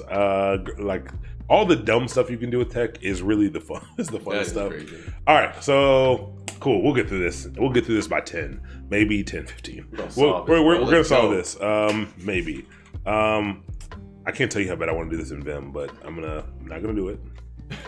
I'm gonna do it. He's done with Vim. I'm not done with Vim. I'm not done with Vim. I'm still using Vim on the Python. I mean, on the DevOps ones, but until I learn how to like stop just clicking stuff, I'm teaching myself the learning process. Maybe they don't mind. It's confusing. I was confused. I was like, why am I going in between these files? Like, what is happening? Okay, so let's read our problem. Let's take it in. Let's analyze. Let's figure out what tasks we have at hand, and let's take a look at our test to see kind of if it can give us any guidance on getting to the end. What's up, Autumn the Creator? Welcome to the channel. Good to have you here. How you doing? How are you doing today? We're just getting into the second of our coding challenges today. We're using exorcism.io, and we're gonna try to knock this out, hopefully, or we're gonna fail miserably. We failed miserably before, but I think we almost did on the scripting lab. I do remember because we didn't clean that code we didn't clean the text the second time. I don't even remember that, dude. We struggled. It was your fault. Oh, I do remember that. I do remember that. Yeah. Cool. So, given a number, determine whether or not it is valid per the Len formula. Len's formula. Okay. The Len algorithm. Yes, I did click on this. This is the one that did tell me all that information. I was like, where did I get all that information from? Because I clicked on this. So I'll share this with you all if you all need if you're that interested in finding these things out. The Len formula. It's a simple checksum formula. We're not gonna talk about checksums right now, but checksums are great. Keep it in your mind. One day it'll become relevant to you. To validate a variety of identification numbers, and actually they kind of just told you. Such as credit card numbers and Canadian social security numbers. So this is bigger than just, I almost feel like I'm giving you all a hacking tool, because it just feels like, social insurance numbers. That feels weird, but it's okay. This is public info. All right, cool. Okay. The task is to check if a given string is valid. So we're basically, it sounds like, and I'm just deducing from what we read, that we're going to be given a string, and we have to determine if this string is a valid Len number. And it says given a number. So this is very interesting. It tells us that it's going to give us a string, and then we need to determine if the number is valid. That, to me, that feels like we're going to have to do some type of typecasting or type coercion throughout this. Don't know yet. About to find out. Validating a number, so they're going to tell us exactly how we got to do this. Strings of length 1 or less are not valid. Okay, that sounds like a great starting point. Yeah. So if it's 1 or less, not valid. Spaces are allowed in the input. Damn. Okay. spaces are allowed in the input, but they should be stripped before checking. Okay, so we got to strip out some spaces. All other non-digit characters are disallowed. I don't want to do this already. I mean, it's gonna be fine. It's gonna be fine. I'm gonna look. I am not going to try to implement anything fancy here. Cleaning. So basically, what we're doing. This is a common paradigm. We actually did this with the Python one. Like literally, we did almost this with kind of cleaning up the data. We're basically. It sounds like we're gonna make sure this data doesn't have before we process it. Make sure there's no spaces. And other non-digit characters. So it doesn't seem like we're stripping them out. It seems like if those characters are there, that it's an error. That's what it seems like. So it sounds like we're gonna have to check if there are any non-digits in the strings. And there's lots of ways to do this. I'm gonna Google the easiest way right now. Regex? A regex, most likely a regex. Or there are ways that you can, like when you have to implement this manually, regexes are the best options. You can also like loop through and check against check the convert it to a byte. What if this was like Go, like convert to a byte, check against the ASCII table numbers. Yeah. Could do that. We don't need to do that. We're gonna use a regex. I think there's a package for regexes or whatever. But so this is a medium problem, which is okay. This is a medium problem. Okay. So we got to do some cleaning of our number first. So we haven't even got to the actual thing yet. So cool, we'll do that. Example 1, which is a valid credit card number. Okay, that looks like a valid credit card number. If you want to go try to use that, feel free. It's public. The first step on the Len algorithm is to double every second digit, starting from the right. Okay, starting from the right. Okay. We will be doubling 6. Oh, so for this example, 0, we would double 6, we would double 6, we would double 4, 0, 8, 1, 3, 4. All right, starting from the right. Doubling everyone, starting from the right. If doubling the number results in a number greater than 9, then subtract 9 from the product. See, man, they're throwing in math words. He already doesn't want to do this. This is a lot of work. Subtract 9 from the product. So product is when you multiply two numbers together, the outcome is the product. Just the same way if you add them together, it is the sum. Product is the word for that. So it sounds like when we multiply it together, if it's over 9, we're gonna subtract 9 from it. Okay, so the results for doubling these, we double 6, it's 12. So 12. 12, yeah, is greater than 9. So 12 minus 9 is in fact 3. Same thing here. 4 is fine. 4 is only 8. 0 is fine. It's 0. 8 is 16. 16 minus 9 is 7. Okay. 1's fine. 3 is fine. 4 is fine. Okay. All right. So what's the 8, 5, 6, 9? What? That's the. Where did that come from? It's doubled. It's 4 doubled. Got you. 4 doubled, 3 doubled, and then just filled in with the ones that weren't doubled. The ones that weren't doubled. Okay. Then sum all the digits. So add up all the digits. Woo! If the sum is evenly divisible by 10, we've done that a million times. Think modulo or modulus. The number is valid. This number is valid. Yeah. Okay. That's not. Okay. That's not terrible, but. It's okay. It's work. It's okay. work, dude. No. We'll knock this out. Let's see how much code they give us. Invalid credit card number. So you do that equals 57. It's not okay. It's not valid. Exception message. All right. Let's check out let's see what they give us. Ooh, look at that. We got a class here. This is going to complicate things a bit. Not complicate things a bit, but just going to have to think about this a little bit differently. Because we have a class. We just learned some classes. They give us a class. That's kind of nice. We're gonna get to practice some classes. That's good. I said we would, and now we are. And then let's take a look at the test to see what we get. So the output it looks like we're gonna get looks like they're gonna be passing in strings to a method called valid. So it looks like we're gonna have to make a method called valid. And then it's going to need to return a true or false value. So that's how we're going to determine whether or not it's a LUN number, a true credit card or not. True or false value, it looks like. And we're gonna need a method called valid. All right, cool. What's up? Who just followed? MPLS Bro, Maples Bro. Welcome to the channel. Thank you for the follow. I can't keep up. This chat is blood ain't free, lads. Are you guys talking about vampires? Yes. Oh, first of all, I'm catching up on this later, so I'm excited. I'm going to be a part of this conversation another time. All right, so let's do this. Let's start building this. So we have a class instead. They set up some stuff for us. So when you see this, you know this is that that class constructor here. That must take self. It always takes self as the first option. And it looks like it's taking in a card number. And then it looks like they have a method here called valid already set up for us. And remember, we kind of looked in here to determine that we were going to need to set one up. So good to go here. Actually, I'm sorry, I've been speaking a lot. Shout out from our completely non-sponsors, people who know nothing about us. Today we have the orange LaCroix. You've never seen the orange. This is a special edition orange LaCroix that we're going to use to. No. It is pretty standard flavor orange LaCroix. It's no longer going to be as good as I wanted it to be because it's not cold anymore. But we need to hydrate so we can finish this problem.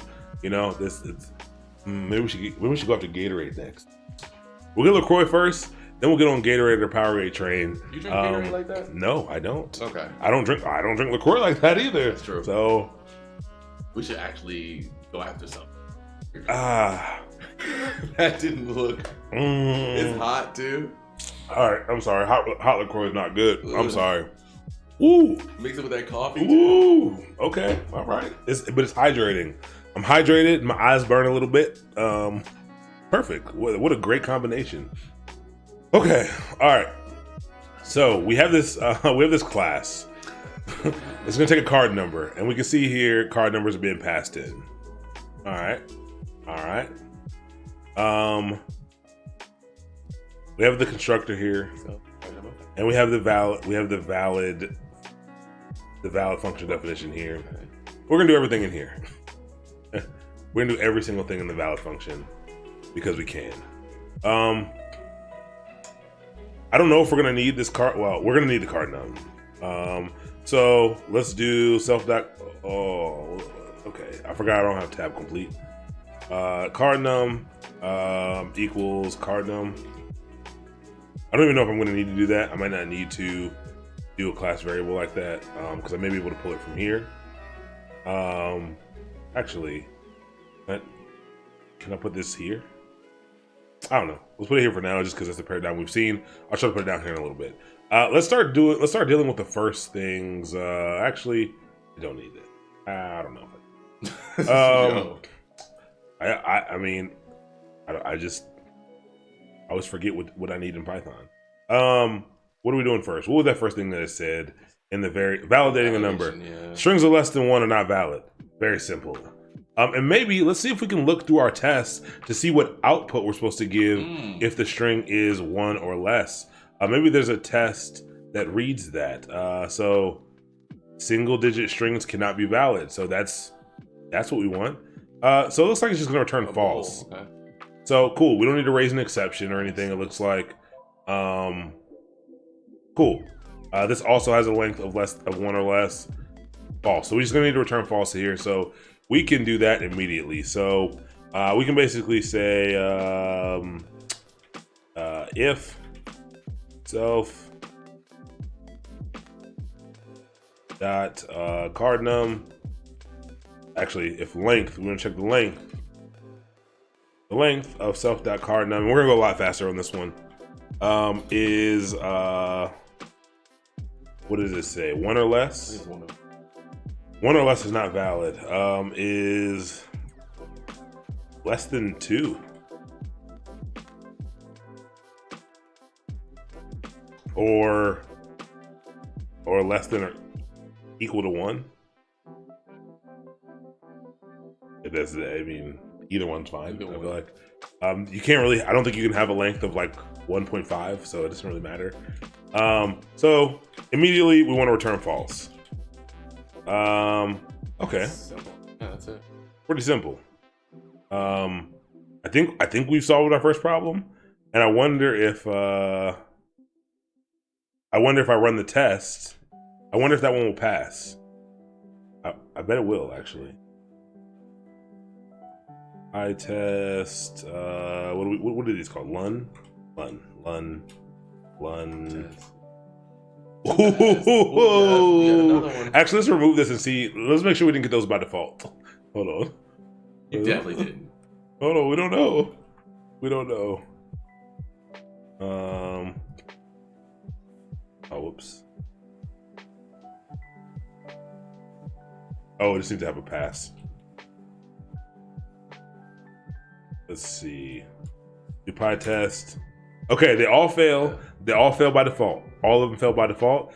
But look at that. We wrote a little bit of code, and immediately we got ourselves 2 passing tests. We are great. We don't even see if we write good tests or we have good tests written.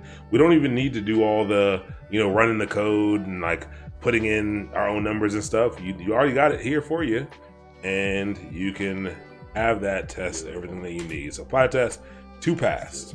I wish it would give us output on the 2 that passed. That is all good though. We have 2 passing tests, which is excellent. Excuse me. Our code runs, and it runs in the it's using a class to check these things. I think we're okay.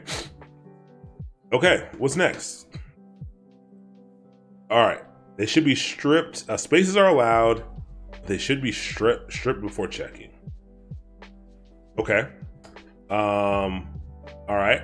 So you can do 4, 5, space 9 is valid input, and then we gotta strip it. Is that what they're saying? That is what they're saying. Okay. That's what they're saying. So if it's greater than 1, it's valid. So now we can strip the spaces out. How do we strip the spaces out? There's a few different ways you can strip spaces. There is a strip function, but the strip function actually only strips the ends. What you can do is you can do we can say self dot num, and actually can I assign that to something else? I'll leave it that for now. We'll do the same thing. We'll clean it up afterwards. So dot card num equals self dot card num dot replace. So we're gonna use the replace function for strings, and we're gonna replace all the spaces. That's only gonna do single spaces, isn't it? Well, that's fine. That's fine though, because even if it's a double, no, we'll find out. We'll find out in a second. I don't even know what you're talking about. Like, what if there are like 3 spaces together? Are they all individual spaces? Yeah. Well, okay, we'll try this. We're gonna try to replace. Yeah, it's only gonna be a single one. We're gonna try to replace a single quote, single space here with no space at all, and we'll see if this works. That should work. Even if it's 3 in a row, it shouldn't matter. Like okay. Space. Yep. And so to test this, actually, we're not gonna be able to use our tests to easily test this. So let's go. Let's check this now. So let's instantiate a class. So we're gonna call this test. This test is equal to Lun, and we're gonna pass in 3, 4 space. Yeah, all right. This should work. Okay, we're gonna pass that in. So that's our class, and then we are gonna run test print. Actually down here.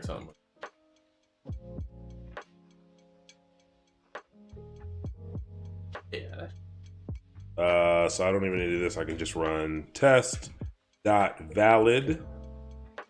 That's not valid. So I'm gonna instantiate this class. And I'm gonna run the valid thing against it. We're thinking it's gonna run this and strip away all of the stuff here. But we'll find out real fast. It definitely will. And look at that. Yeah, look at that. we're writing code, and it's working the first run. Yo, here we go. I think that means we're all-time elite status, pure elite coders. I mean, sheesh, how good are we? We're so amazing. At the validation step. At the validation step. Yeah. Cool. So we were able to strip spaces out.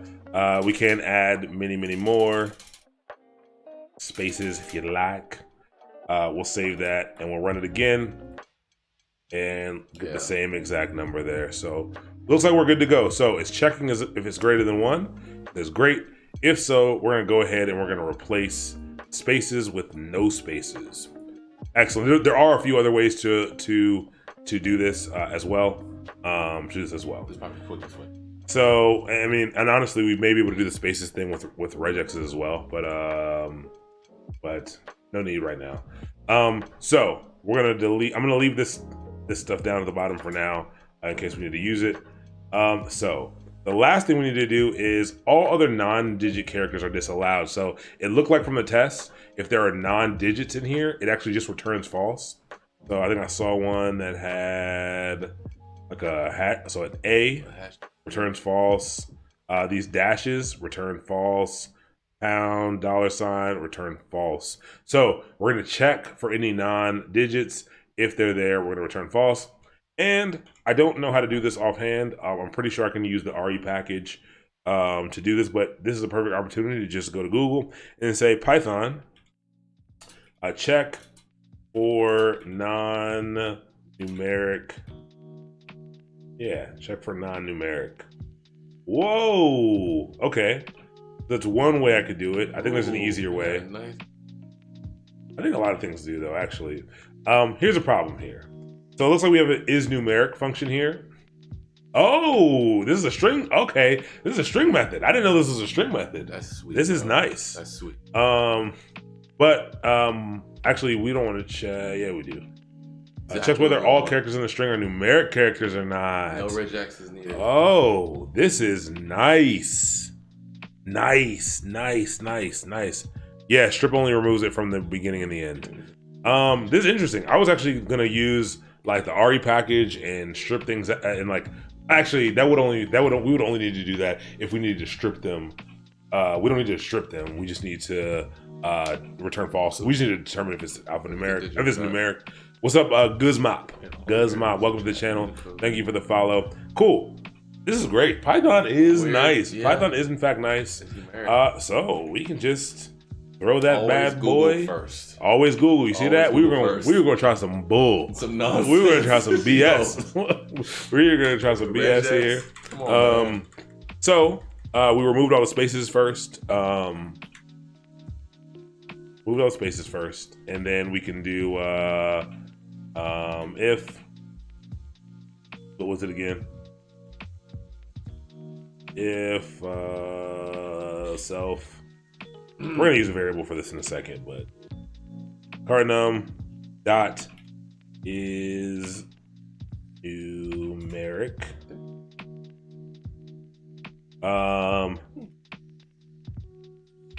If can I just look at a not? Does that work? I don't know. We're about to find out. Yeah, I don't know. 2 more tests just back.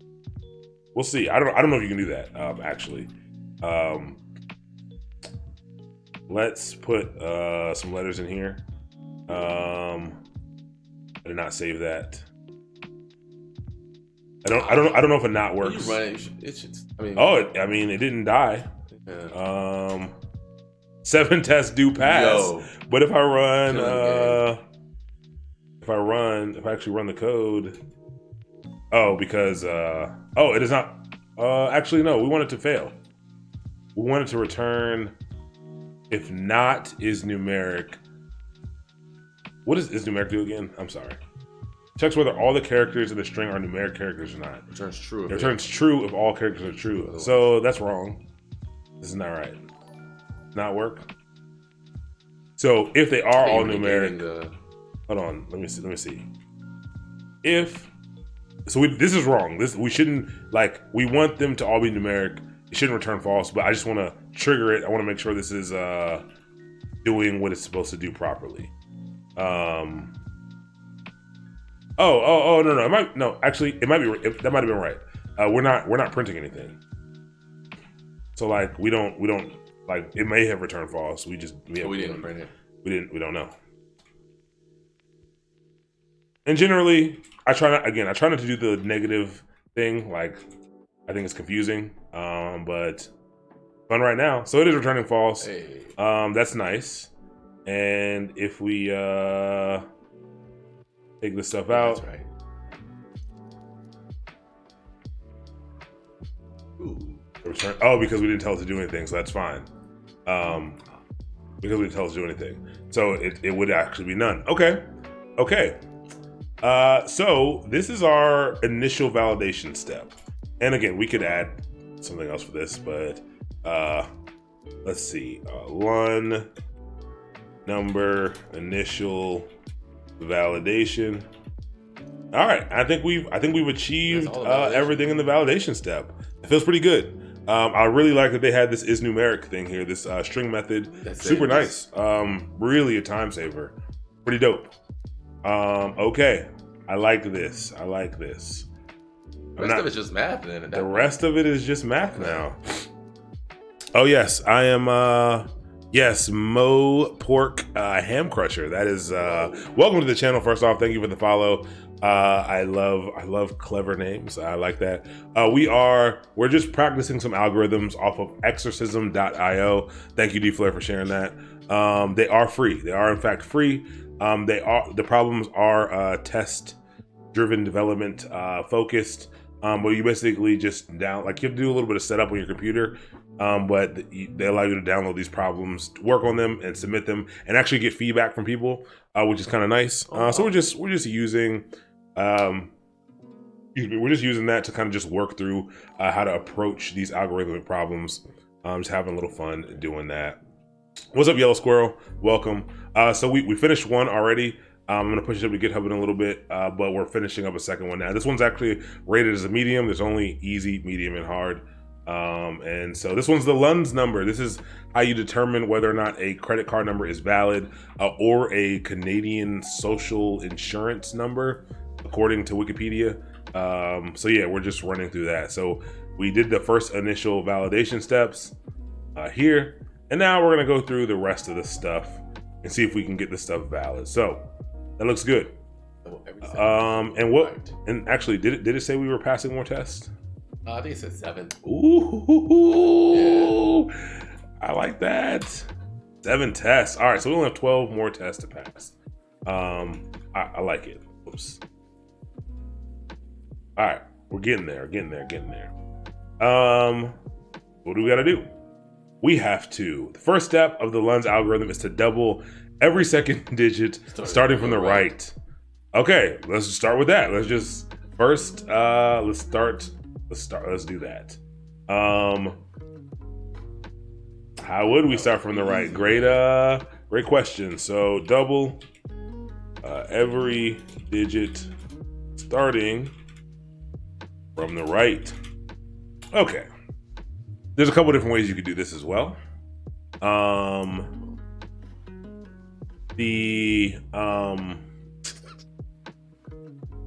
You could we know that strings are iterable. We know that we're passing in a string. We know that they're iterable. Yeah. We know that we can use an index item to grab it. You can do this in 2 ways. One way is confusing. The other way is not confusing. Have the starting index go from the length of the string like that? Go backwards. Like yeah, going backwards. That is that's the confusing way.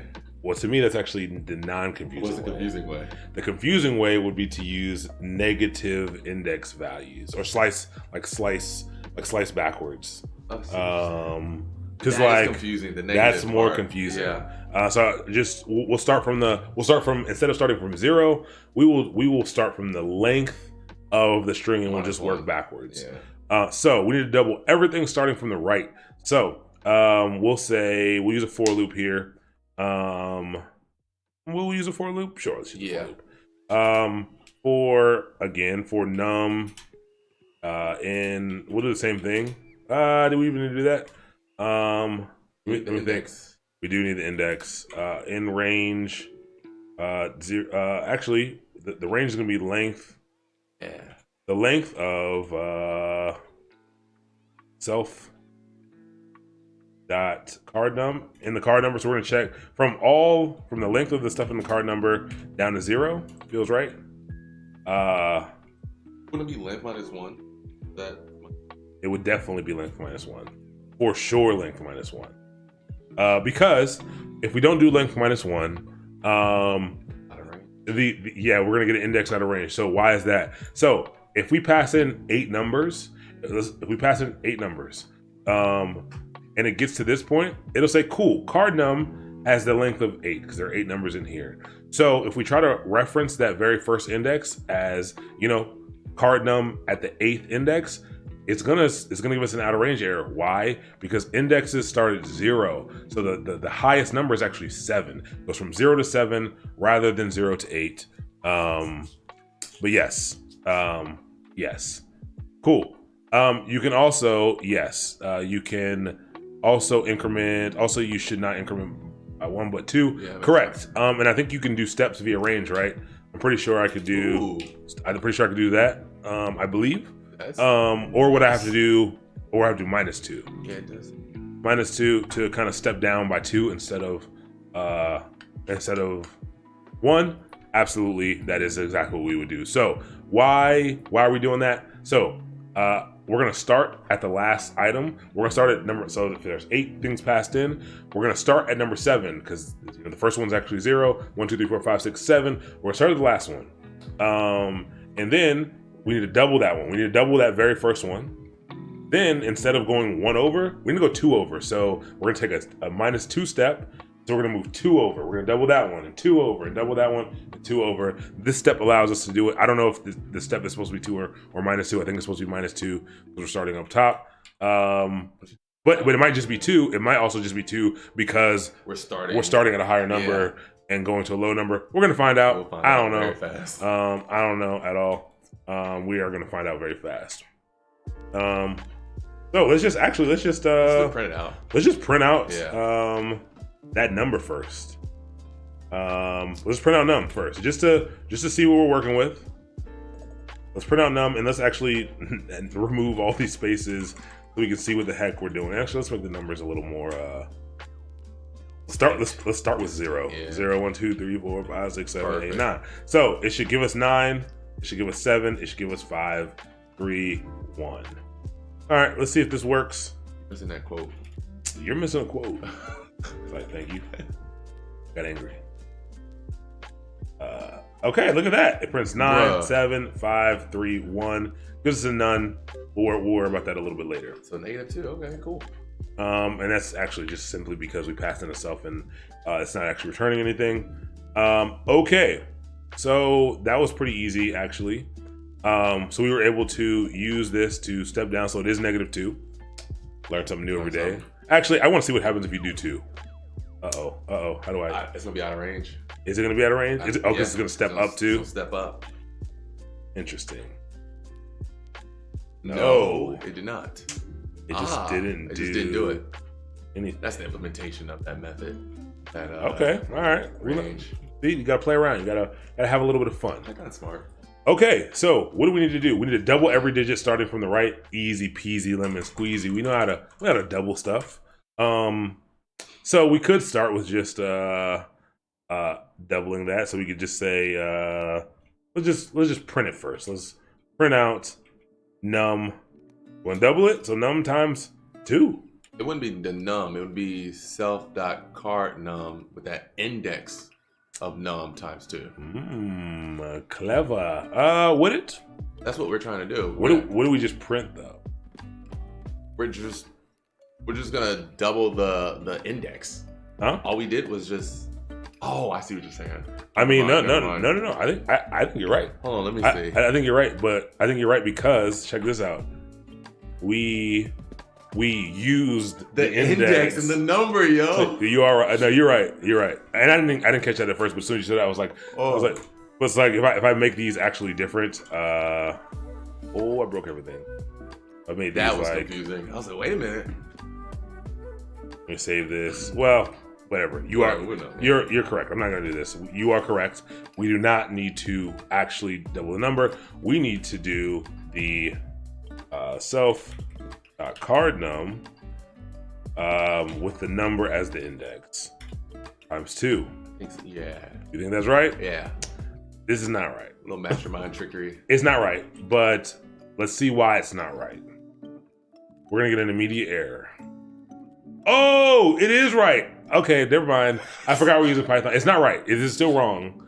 We did not get an error. I thought we were going to get a mismatch type error, but I forgot Python allows this. Actually, most languages allow this. We didn't get what we thought we were going to get. We get 99, 55, 88, 66, 55. Why is this? This is because you can, in fact, in Python, we learned this before, you can use arithmetic operators on strings. So if I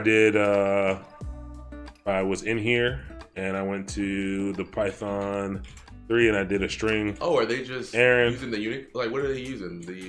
I did Aaron times 5. It'll do Aaron. Gotcha. So all it's doing is it's multiplying the string that we created. It's multiplying that times 2. So that should tell you something right there, that this is a string. And for us to do arithmetic operators on it, we need to typecast this. So we're going to typecast it to an integer. There's probably better ways of doing this too. There's probably a different place we can do this to make it easier. Yeah. But we'll do all this. We're just going to get it working first, and then we'll clean it up. So we're going to cast it to int. So now it should work a little more. It should work. And this makes a little more sense. The first number was 9. And now we get 18. The next 2 numbers over is doubled is 10, 16, 12, 10, and 8. 10, 8. Wait a minute. Oh, did I mess up? And then 8, and then did it do 0? 18, 16, 12, and 8. And is this not is range? Yeah, it should be inclusive. Oh, is it not inclusive of the last number? What's that implementation? That's whack. Whack. There we go. Yeah. So range is including the first number, I think, but not inclusive of the limit. Okay. All right, all good. So what we just did here, that can be very confusing to you, is that range goes from, generally, if you were going to low to high, it will be like 0, and it would include 0 up until whatever number you put here, but not including it. It's 0 up until whatever that number is. So it started with the length of this, so it includes this number. But when we put the length, the limit of 0, it was up to that or down to that in this case, but not including it. It didn't. We had to go to -1 so that it would go all the way down to 0. There are ways to fix that as well. That we'll talk about. Maybe we'll talk about. We'll just get it working first, and that'll be a part of the cleanup process. You could use enumerate with string reverse. That's true. Yes, that is actually the way that I've seen something like this done with reverse string. Enumerate with reverse string. That makes sense. Maybe we'll switch this up to do that after we get it written. Let's just get a working copy first. All right, so we did that. We doubled every number. Excellent. Done. Super fun. Super exciting. Let's see. All right, first step is double numbers. If doubling the number results in a number is greater than 9, subtract 9 from the product. Results of a doubling. Okay, so most of our numbers doubled were greater than 9. So we're subtracting 9 from that from the product. Okay. All right, so we're gonna take this, and instead of printing, we'll leave that print there. What's up, Angel? 0O, or is it 00? It's 0O. Welcome. Nope. We're proper. Angel 0O. Welcome. Okay. Like whatever you want to be called, you can be. Welcome to the channel. Angel. Thank you for the follow. Whoa. I can't see that. I'm blind. I'll see what? I don't get why we're changing the credit card number. So that's just, I mean, it sounds like this is part of the, this is just part of the calculation. I don't know why. Okay, so here's what we'll do now. Variable or something. Yeah, we can store variable. Yeah. We could. If you want to print and do the calculation on the if. Why? I mean, why does it matter? It doesn't. There's more than one way to do it. I thought you were trying to keep the print and then. I'll leave the print. Okay. I see what you're saying. Yes, we need this actually. Still need that stuff. I wasn't paying attention. Print. We need to set it. We actually need to double it. We need to save it somewhere. I'm gonna put it right back in because it doesn't really matter. We're processing this a single time. This doesn't like get passed anywhere else. You're gonna store it right back on it? Okay. Yeah. Put it right back in that bad boy. I don't care. I don't even care. Oh, you're right. I mean, we're only processing it one time. So we'll double everything. If no. Same time, bro. Don't even need to double it yet. No, we don't need to double it yet. We need to do the if first. If this is greater than 9. From it. Weird. Math, man. I don't know why. If it's greater than 9, then we need to do we need to clean it. We need to clean this up. We don't need to store it into a variable. Okay. We just should store it. We should store it to a variable. No. We're gonna fix it. We're gonna fix it. You're gonna clean it up later. Okay. Yeah. Times 2 minus 9. Self dot. I'm about to run out of here. This is so bad. It's pretty bad. It's pretty bad. It's pretty gross. All right, so here's what we just did. Here's what we're doing here. We're basically saying if when we double it, is it going to be greater than 9? Actually assign this to the doubled amount, the product minus 9. No. Can we please stop reducing my salary? I'm at like 30,000 right now. We're gonna fix it. We turn the other application from like 40 lines of code to like 12. We're gonna fix this. It's gotta start somewhere, okay? You gotta start somewhere. Gosh, okay. Money, Okay, reduce, so the product. This is the product minus 9. Else. Not even else. No, yeah. Else. Go ahead and just do this. Wait, hold on. So take this again, and just remove the minus. What 9. is the point? Just. It's fine. It'll be the same thing if this was a very like it's just ugly because there's so many cells. Bad, yeah. It just looks bad. Yes. Okay. So what is this going to do? If it's more than 9, it's going to apply this logic, which is doubling it minus 9.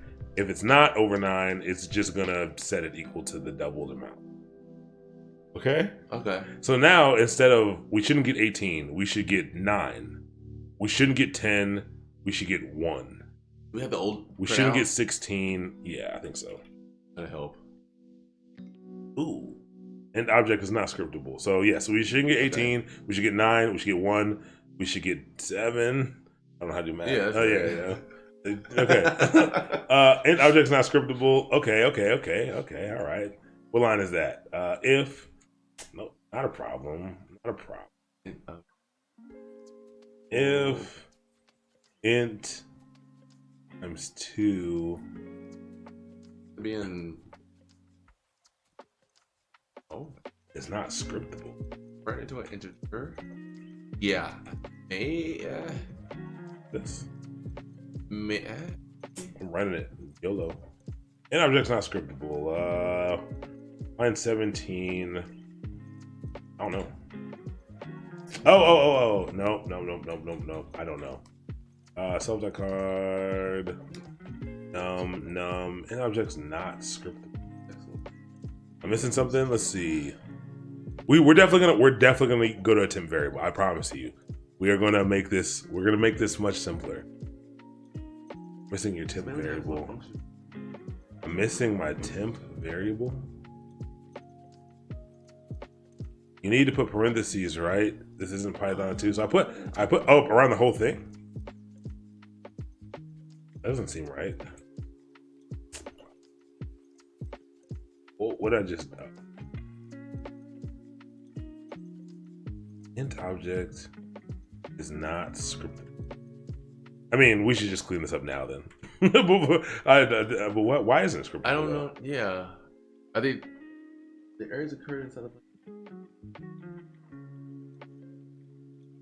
They're talking about this mainly happens when functions return different data types according. Wrong sentence. You're assigning an int to so I would have to do this. Oh, this is extra gross. We're doing it though. Oh, that's terrible. Oh, this is beautiful. The self car is a string. Oh yeah. We're getting down and dirty. So Don't mind. No. We'll do plus 30 because now I've ensured that no one can fire me because I ruined their system. Oh, this is beautiful. Oh, it's so archaic. I feel like I have so much power. Okay, string index out of range. I'm okay with that. That's an error that I can work with. String index out of range. That also not work? I'm very confused. It's the string index out of range. Does this also need to be in is this? No, that was working fine. That was working fine before. How are you assigning 2 digits to a single spot in a string? I'm not. Wait, huh? I'm confused. You're in debt. I thought it you're an idiot. I'm glad it says you're in debt, not you're an idiot. Because we are. This is not how we. I promise you. Oh, this is not how we write you're real multiplying pro the numbers, code. and then you're trying to set it to the card num. So you're replacing that entire string with those 2 digits. No, it's 1 digit. I mean, 1 digit. Even if it was 2 digits, it's still a string. Yeah, but is that actually what we want to do? Yeah. Yeah, that's what we want to do. It's exactly what we want. I don't know. We're cowboying it. Oh, he didn't index it, so he's doing the whole string. That's even worse. What? You gotta wait, slow down. Let's see here. So, all right. So it was working fine before.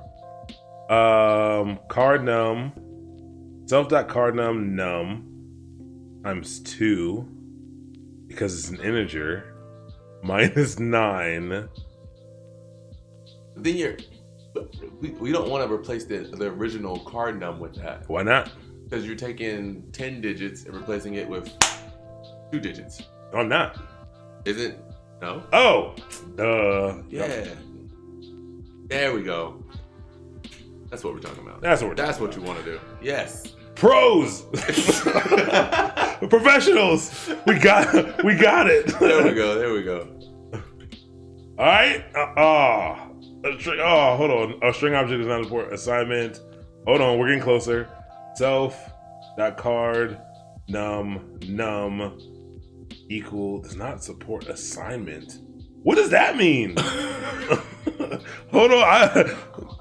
No, we're so deep. We have to finish this first. We have to finish it. Give us like 3 or 4 minutes. Just like 3 or 4 minutes. Like after 3 minutes, we're gonna clean this all the way up.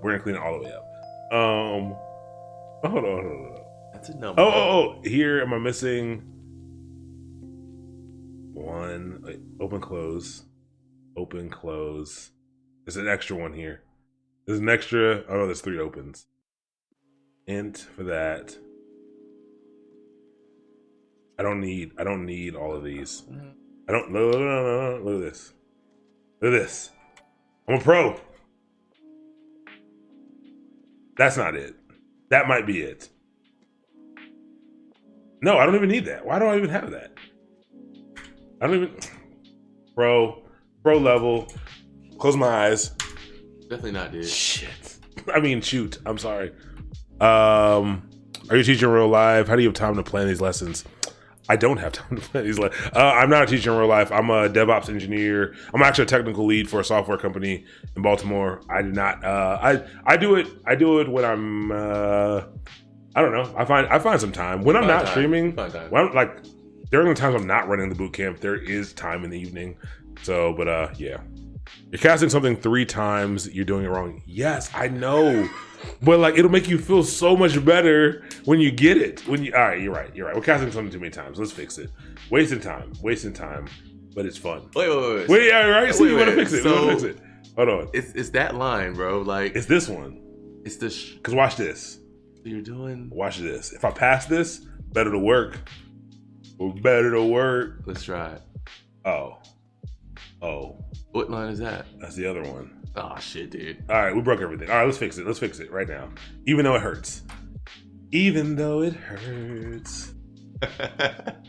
All right, let's first off, let's set self.cardnum to something. Can we do that? Let's set self.cardnum to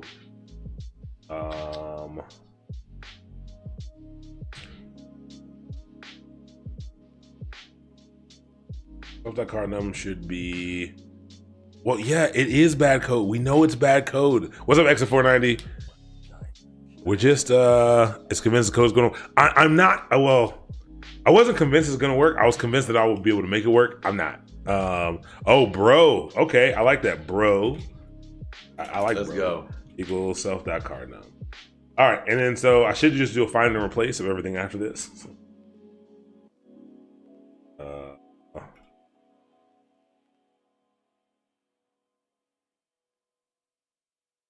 Self.cardnum. Replace it with bro. But I only want it to be everything after this one. And can I do it here? I actually don't. Well, you know what? Look at that. YOLO. Actually, I don't think I need this. Or I could have just used cardnum, didn't I? You can just use cardnum. Why not? Well, when I have to pass cardnum into here? Yes. I'm good. Yeah, bro.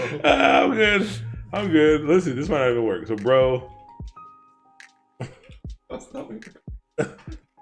We're not doing. Wait, hold on. Oh, actually, I can't even call cardnum, can I? I don't know what it. You know what it is? It doesn't even know what it is. We're gonna YOLO this as well. Expected ending block, def valid. This needs to pass. Object, yeah, has no object cardnum, so I need to do something with that cardnum. Wait, if I call it bro up here, does that work? I don't know. No, I'm not making it worse. It bro does equal bro. I'm not making it worse. Just hold, just stay with me. Stay with me. Stay with me. Oh man. Nah, because it needs to be in here. Nah, this is it right here. All right, we'll save it. We need some more hardcore music in a second. All right, so we're back to the exact same thing. All right. So, bro, is numeric false for range and length, bro. So this is cleaner than like it's a little bit cleaner, But you know what we should do? What? We should is numeric. We should make that a function? What do you want to do? Int. Why are we casting? You should cast that. Cast the whole thing in the beginning. Yeah. Bro, you go something about cardnum. Then I could do something super. Use bro instead. Hold on. Actually, fine. Actually, cast it after the is numeric check. Cast it after the is numeric check. Yeah. Oh yeah. Okay. Sense. Yeah. Okay. Make sure it's numbers first and then cast it to a head. So I'm trying to think of how to. Just cat. But if I do that, because you already done the is numeric. But a number's not iterable, is it? Is integers aren't iterable? No, it's not. Integers aren't iterable, but lists of integers are iterable. Fair enough. Let's just throw it in the list. I think I can do this. And I'm literally just pulling stuff out of my behind right now. I think I can do like care for care in I think this will work actually. Int. Just hold on. I just want to try one more thing. I just want to try it. I just want to try one more thing. Int for care in bro. I think this will give me. I really do think this will give me a list of. I think this will give me a list of integers. I really think it'll give me a list of integers. Print bro. If this works, I really am the greatest. I'm calling it right now. Woo! Woo! Okay. Let's go. All right. Let's go. There we go. List of integers. All right, cool. Let's work with that. Let's work with that. Fun, yeah. Yeah, I like that. We can work with this. Again, it's not about being right. It's not about being proper or correct it's not about winning the war. It's about winning the battles. It's about winning the battles, okay? Not about winning the wars. It's certainly about winning the battles. Oh man. Okay. So okay. So we can still use all this stuff. So for beautiful, yeah, dude. For num, and then if that's that. All right, but then we don't need to do all of this is a mess. Yeah, it's a hot mess. Oh, actually, no, it's not. It's already casted, so let's see. It's already casted. Bro. Yep. All of this. You don't need this. Yep. All of it. All that. Yeah. Get out of here. Get out of there. We're nothing but the clean. Oh, no, we need this. Yeah, you do. Oh, no, we don't. Order of operations. Order of operations multiplication happens first. We don't need it. Excuse me. For everyone who doesn't know anything about order of operations, PEMDAS. PEMDAS, parentheses first, exponents next, yeah. Multiplication and division in order from left to right, not multiplication and then division. Multiplication or division, they are equivalent in order from left to right. Then addition and subtraction in order from left to right. So we need to make sure that it's the product first, then -9. The order of operations already accounts for that. We got serious there with the moment with the PEMDAS. I love it. Not only are we do science on here, teach you about DNA, everything. Teach you about math. We also teach you how to YOLO your life. Can't do it, man. Okay, bro. That looks right. This feels yeah. Feels good. It feels better. And then feels much better. Running it because I removed the shit. Save. Unexpected indent. I gotta outdent all this stuff. Wait, how do I do this in your boy doesn't know. Try control. Got it. I'm a man. Can't be stopped. I'm the greatest who's ever done it. Bro. Hoo-yah! Yay. Okay. Okay, so we got none. That's fine. So let's actually see what this is. Let's have it print out of the for loop, actually. Print bro, I guess. Bro. Yeah. We'll change bro to bruh after. Bruh should be 9 1 7. All right, cool. It'll be that 3. Okay. Oh yeah, 9 1 7. Oh, it's the whole. Gotcha. It's the entire thing. Gotcha. Okay, so we're doubling it. Yeah, that's good. We're doubling it. I think we did that. Oh man, we have so many more things to do. Hold on. Okay, so we doubled it. Oh no, we don't. We doubled it, and we -9 if it can be doubled. Okay. Then sum all the digits, and then divide by 10. Modulo 10. Oh, we're there. We're almost there. We're there. So sum them up. How do we sum up all the digits? Again, we'll do 4. We're gonna put a variable here called total. Set it equal to 0. We are gonna use another for loop. We're gonna loop through that list. We're gonna say for num in row.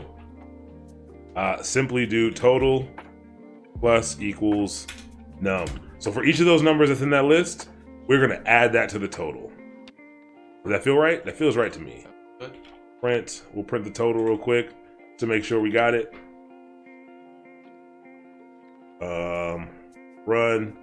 All right, 7. 57. That feels right. I have no idea. I'm not doing that math by hand, but it just looks right. You know, it looks right. Okay, so we got our total there. And then we need to do if total.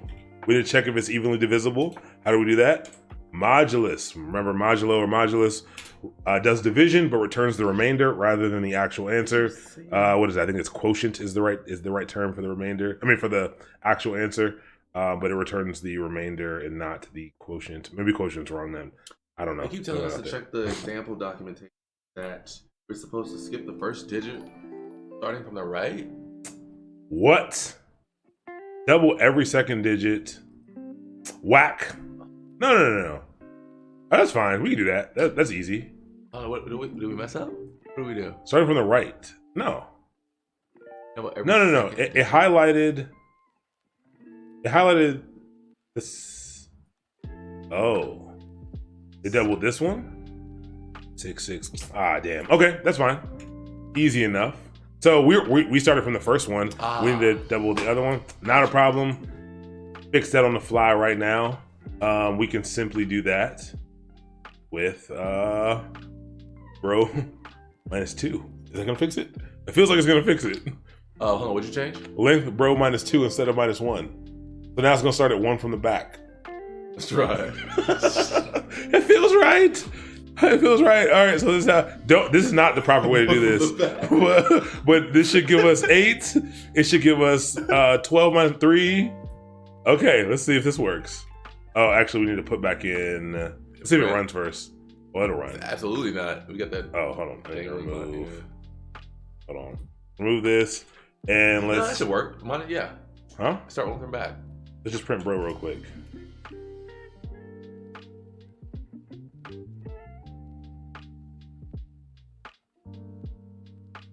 Run it.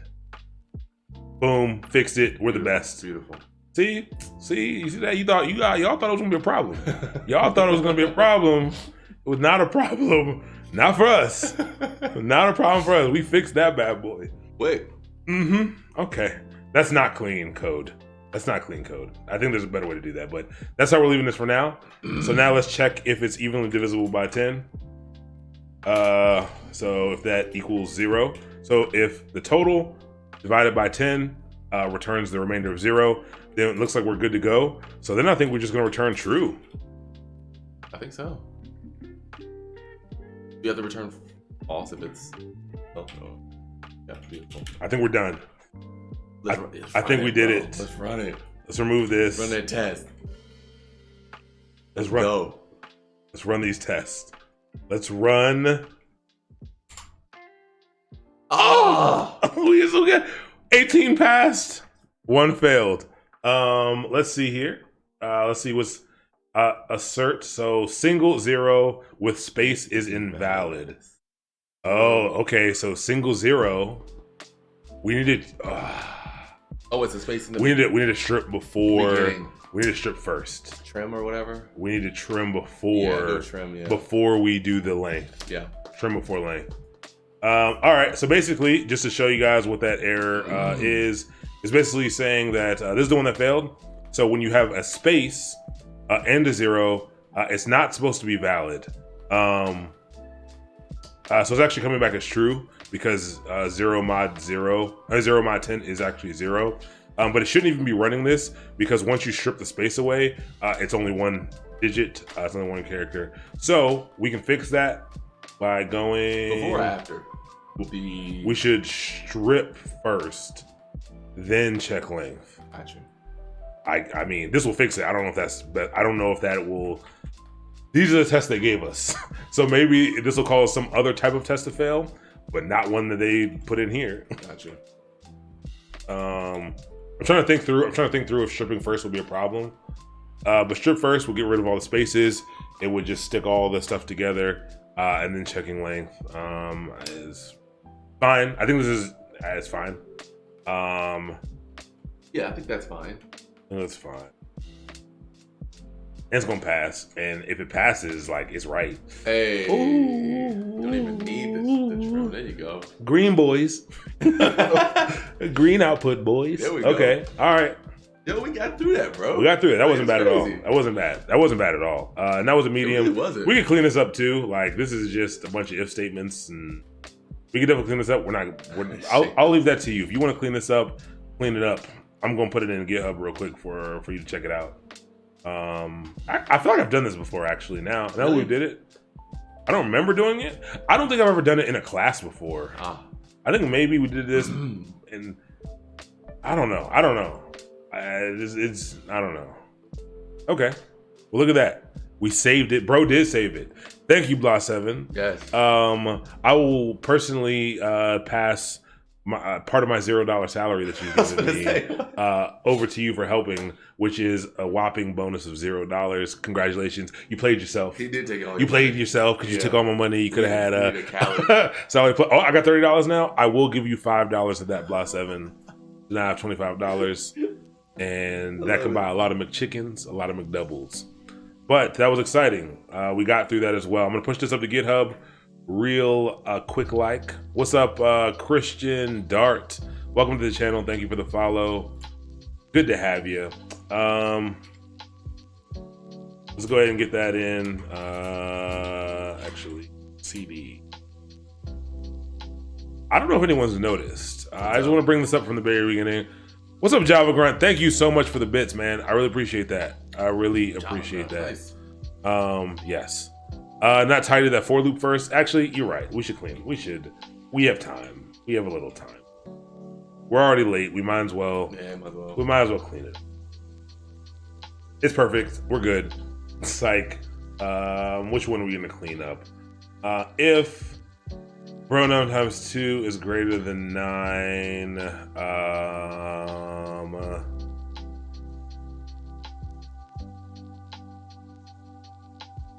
Can you do this? I really want to know. Oh, equals? Can I do this? Try. Yeah, you can. I don't know.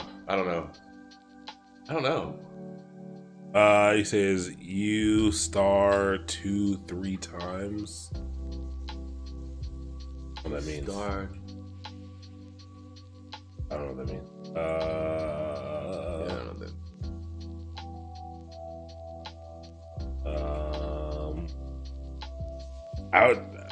Can you do that? I think you do the times equals, but I don't know if you can do multiply by 2 3 times instead of saving to a variable. Oh, instead of like doubling it into a variable. Sure. We can do that. That makes sense. Double bro. Actually, I feel like that should be the all cap. Can you do all caps variables in brah? Nah, it doesn't let you do that. Purple. Double bro. Equals bro times 2. I mean, I could also just do bro num. I also think I think I could do times equals bro. I think I could do what we've been doing. Maybe times equals bro. Oh wait, not times equals bro num. Then we can do that, and then.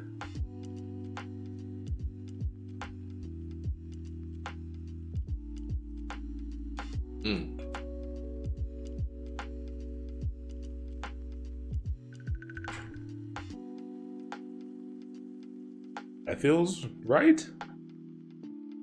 Swag runs. Broke everything. I broke it. Well, let's go back. Let's see.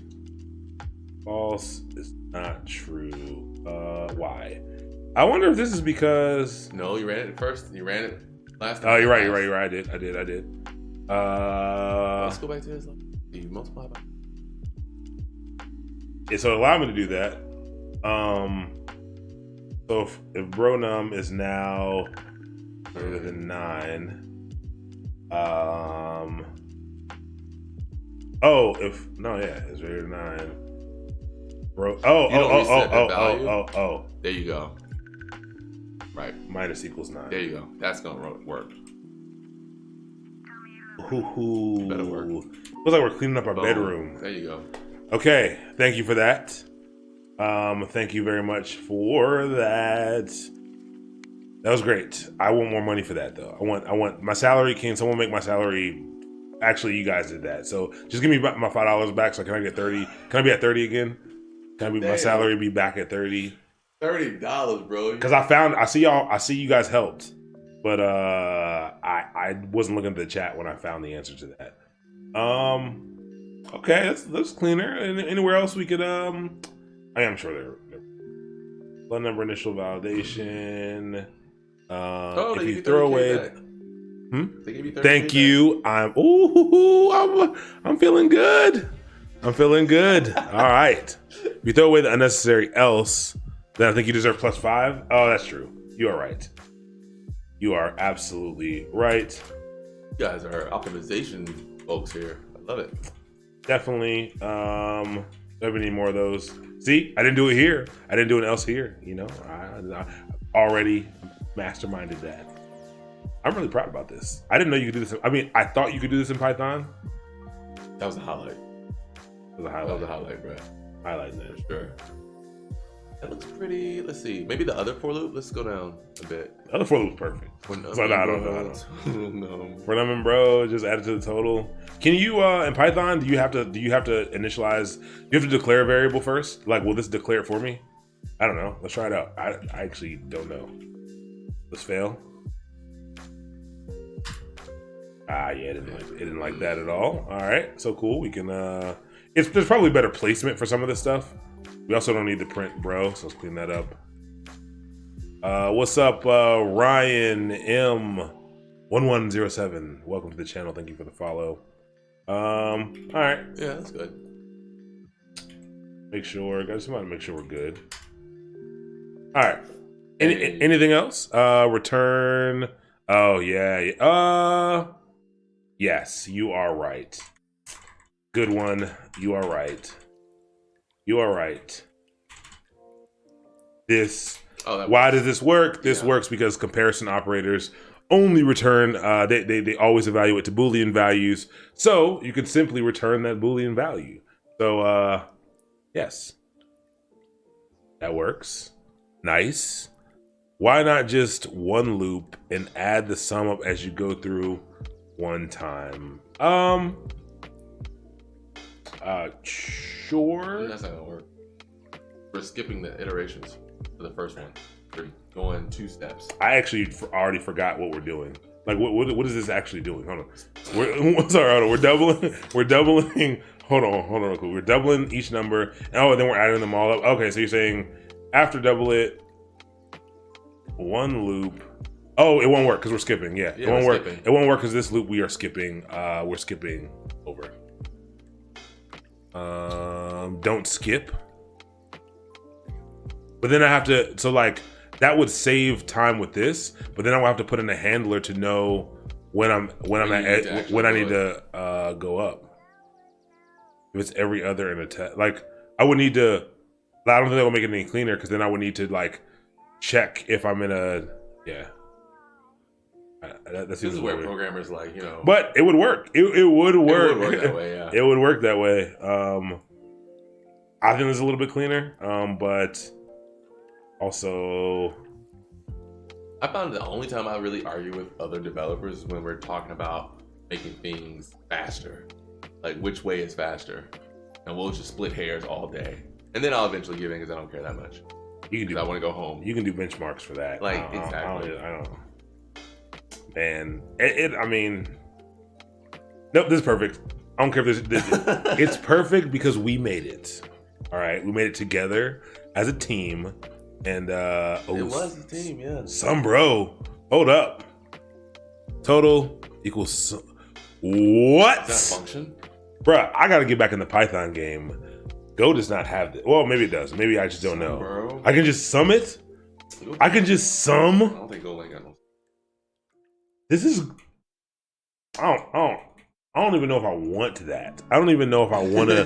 Like that just. It's cheating. Yeah. Like this. Oh, that's gorgeous. Wow. Please let that. Oh, this is beautiful. That's nice. Oh man. Shout out to Oh man, Python. Mo Pork Ham Crusher. Good stuff. That's beautiful. Python.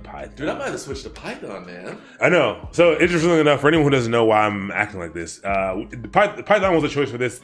Notice the name of this course is actually Introduction to Coding Using Python, and not actually a Python bootcamp in particular, because again, it's more so focused on the concepts. Python is not my language of expertise, but I know enough Python to get around, and I just think it's an approachable language for most people to how to hop into first.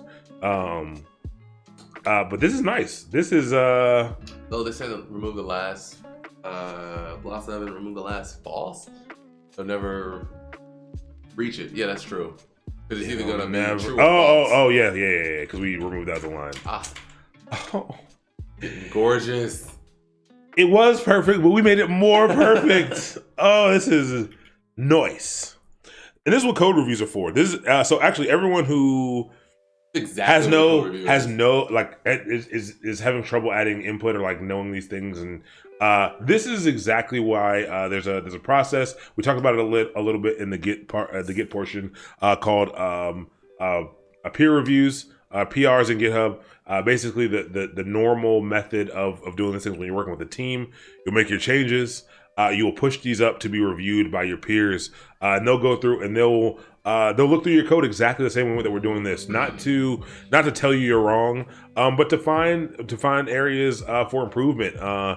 Future you will. This is something to get good at. Like don't take peer reviewing lightly. Not that it's this crazy thing. Like it's fine if you don't catch everything. That's not the important piece of it. But it really does make your lives easier in the future if you can catch different paradigms that you're doing. Not even wrong, but maybe you're doing something inconsistently. Maybe it actually might be better for you to write code that's a little bit less ideal if it follows a pattern which the rest of the code base follows, just because it'll be easier for people to kind of hop in and change that thing. That's completely fine. Again, coding is part logic, part art. It's definitely an art to it. But yeah, like this process of just going through the code, looking at it, processing how it works, and kind of changing it accordingly is great practice. I do highly encourage that you, and maybe instead of actually starting to push things to tonight I'm pushing to master, but maybe we'll start creating a branch for every single class, every single lesson, and maybe we'll have people kind of add add their review before we merge it into master at the end of the week or something like that. I think it'll be pretty dope. Man, this was just fun. This was good. It was actually really fun. Also, if anyone wants to participate, I don't know how many people are able to log in to do VS Code live share, but as we're working through both of the projects, I think it will be fun to do a little bit of mob programming. We'll talk about mob programming a little bit when we get there next week. But I think it will be very cool to have all of us a couple people kind of hop in and we do this together, and have different people drive, all that stuff. So if you're interested, let me know either in the, I'll log into the Slack. My problem is I broke my phone. I broke a bunch of stuff. So now I got new stuff. I got to like log back into Slack and everything. I'll put out some information about it. Just let me know if you're interested and we can rotate. And this will be something we can always do. The only problem is I won't be able to use Vim, but that's completely fine. VS Code's great, actually. But I think that'll be fun. I would love to do that stuff. I'm not carrying around a broken phone. It's fixed now. It is fixed. And I didn't break it either. It just stopped. It got to 50%. And then it would only charge to 50%. Even though I think it was charging to 100%. And then it would just like shut off at all times. So like they sent me a new one. I got a free phone, because I went in and I said, "Excuse me, sirs and madams, I am important and I need a new phone." And it was still under warranty, so they just gave me a new phone. There you go. No questions asked? Yeah. It got to 50%, then you broke it. Plausible deniability. Actually, I think I used that. I don't think that's what plausible deniability. I did not. I did not. How about that? I did not break it. You'll never know. What's up, Posey? Welcome to the channel. Thank you for the follow.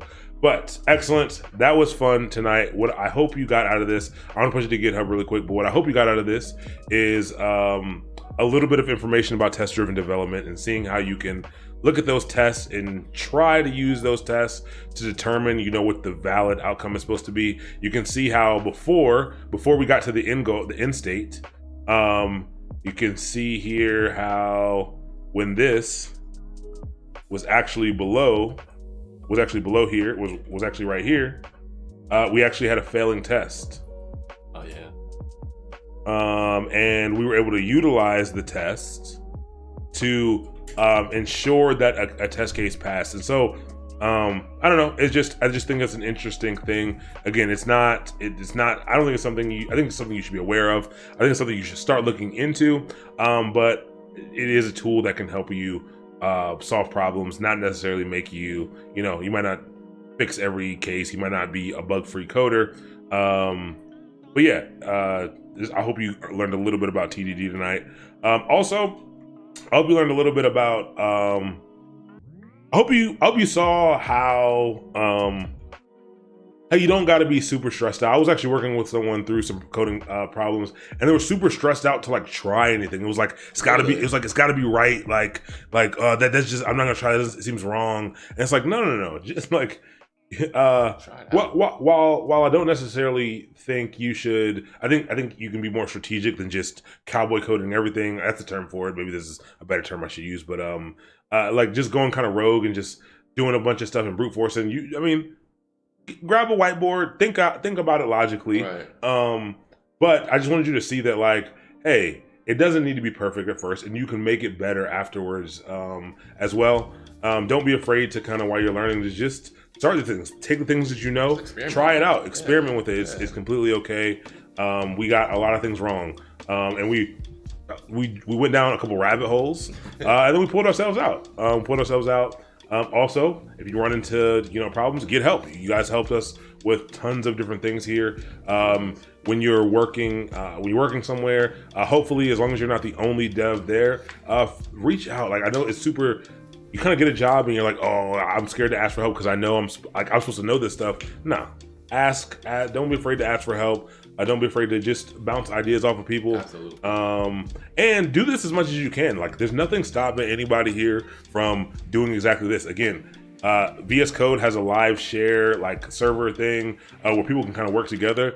Man, we can start doing this way more and hopping on calls and stuff. And we can formulate our own little study groups if you want to work on stuff. We're gonna start 100 Days of Code on Monday. I'll have information coming out about that, but we're gonna start that. Maybe that we'll have a lot of opportunities to have little study groups and little practice groups together. I think that would be dope, and I've learned so much in the past couple years that I've been on the project that I'm on here, because we work super collaboratively and we do a lot of things like this, and it just makes the process so much simpler. Honestly, I have many days at work where we're solving big problems that are just like this. Yeah. That are it's like, you guys pair program? Yeah, we have a big TV. We actually got rid of the desks in our room. So we used to have desks all around the room. We spent so much time. We had a center table with a big TV kind of at the end. We all used to sit at that table so much to kind of help each other out and put stuff up on the screen and do pair programming and mob programming and just checking in with each other. That we ended up just kind of staying at the table. And then when they were getting new desks, we were like, hey, actually leave a couple desks in here in case you need to get away from everyone for a little bit. Yeah. But we took away half of the desks in the room. I got a bigger, much nicer table. And that's kind of how we do things now, which is nice. It can be exhausting. I will say that some days I do wish I could go sit in a corner and kind of just get my work done. But again, the amount of growth that comes out of participating like this, has been valuable for me. It's not something that I'm oh, I think this is something that would be cool. For me, it was super valuable. So I hope that it can be valuable for you all. So yeah. So we're gonna get hands on. We're gonna get hands on. But dope. Great. I'm glad you all enjoyed it. Definitely glad you all enjoyed it. But that's it for today. We are done with week 9. 9, man. Are we really done with week 9? So we have 3 more weeks. So Capstone project, Capstone project 1. Again, it says I was supposed to post everything. Again, you know what the first project is. Come ready. I will actually release these on Friday. If you want to take a look over the weekend, it's going to be a full list of instructions on what we need to do. It's going to be a game of blackjack. The first one is just going to be a game of blackjack. Pretty common first project to build. I will be providing stub code for a lot of that stuff just so we can get through it in two parts.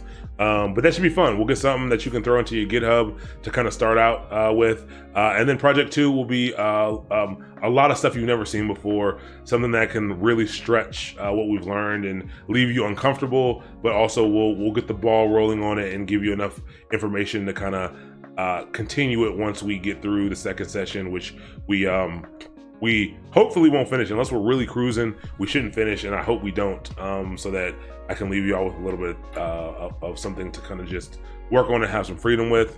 Then we'll figure out how to apply this stuff to get a job. Like, how do you start to show what you've been learning? How do you start to approach the tech industry? All that stuff. You'll hear from some real from current engineers, different levels, juniors, super seniors, all that stuff. Yes. There will be two of these engineering panels. So the DevOps one, the DevOps course is also having one. So there will be a mixture of DevOps engineers and software engineers on both. There will also be other aspects of the software development lifecycle. There'll be some testers, some scrum masters there as well, to kind of just give you all some context. If I can find a designer who's willing, I would love to have a designer on board. So I will try to. We have a lot of cool designers here. So yeah, and also if anyone's in the Baltimore area or close to Baltimore or willing to come to Baltimore and talk about your experience, feel free. Reach out. It's gonna be fun. Last time we all got some Chick-fil-A. Just had a good time. So if you're ready, do we implement a single for loop?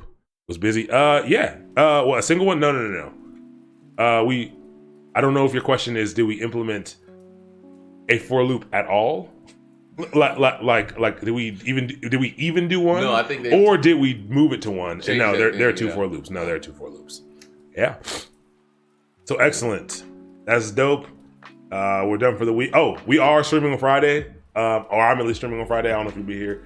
But I'll be here. Yeah. Cool. Streaming on Friday, Overwatch and office hours. If you want to play some Overwatch, let me know. But oh yeah, and Halo 1's out, so we can do some Halo as well. But we'll just be sitting around playing some games, having some fun, talking about just unwinding from the end of the week. If you have any specific questions, any topics you want to talk about, come on through. We'll be having fun, relaxing session.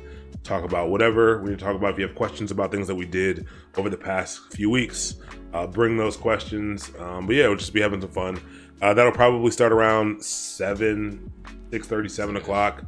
And it'll go until whenever, till we're bored, till people start logging off or whatever.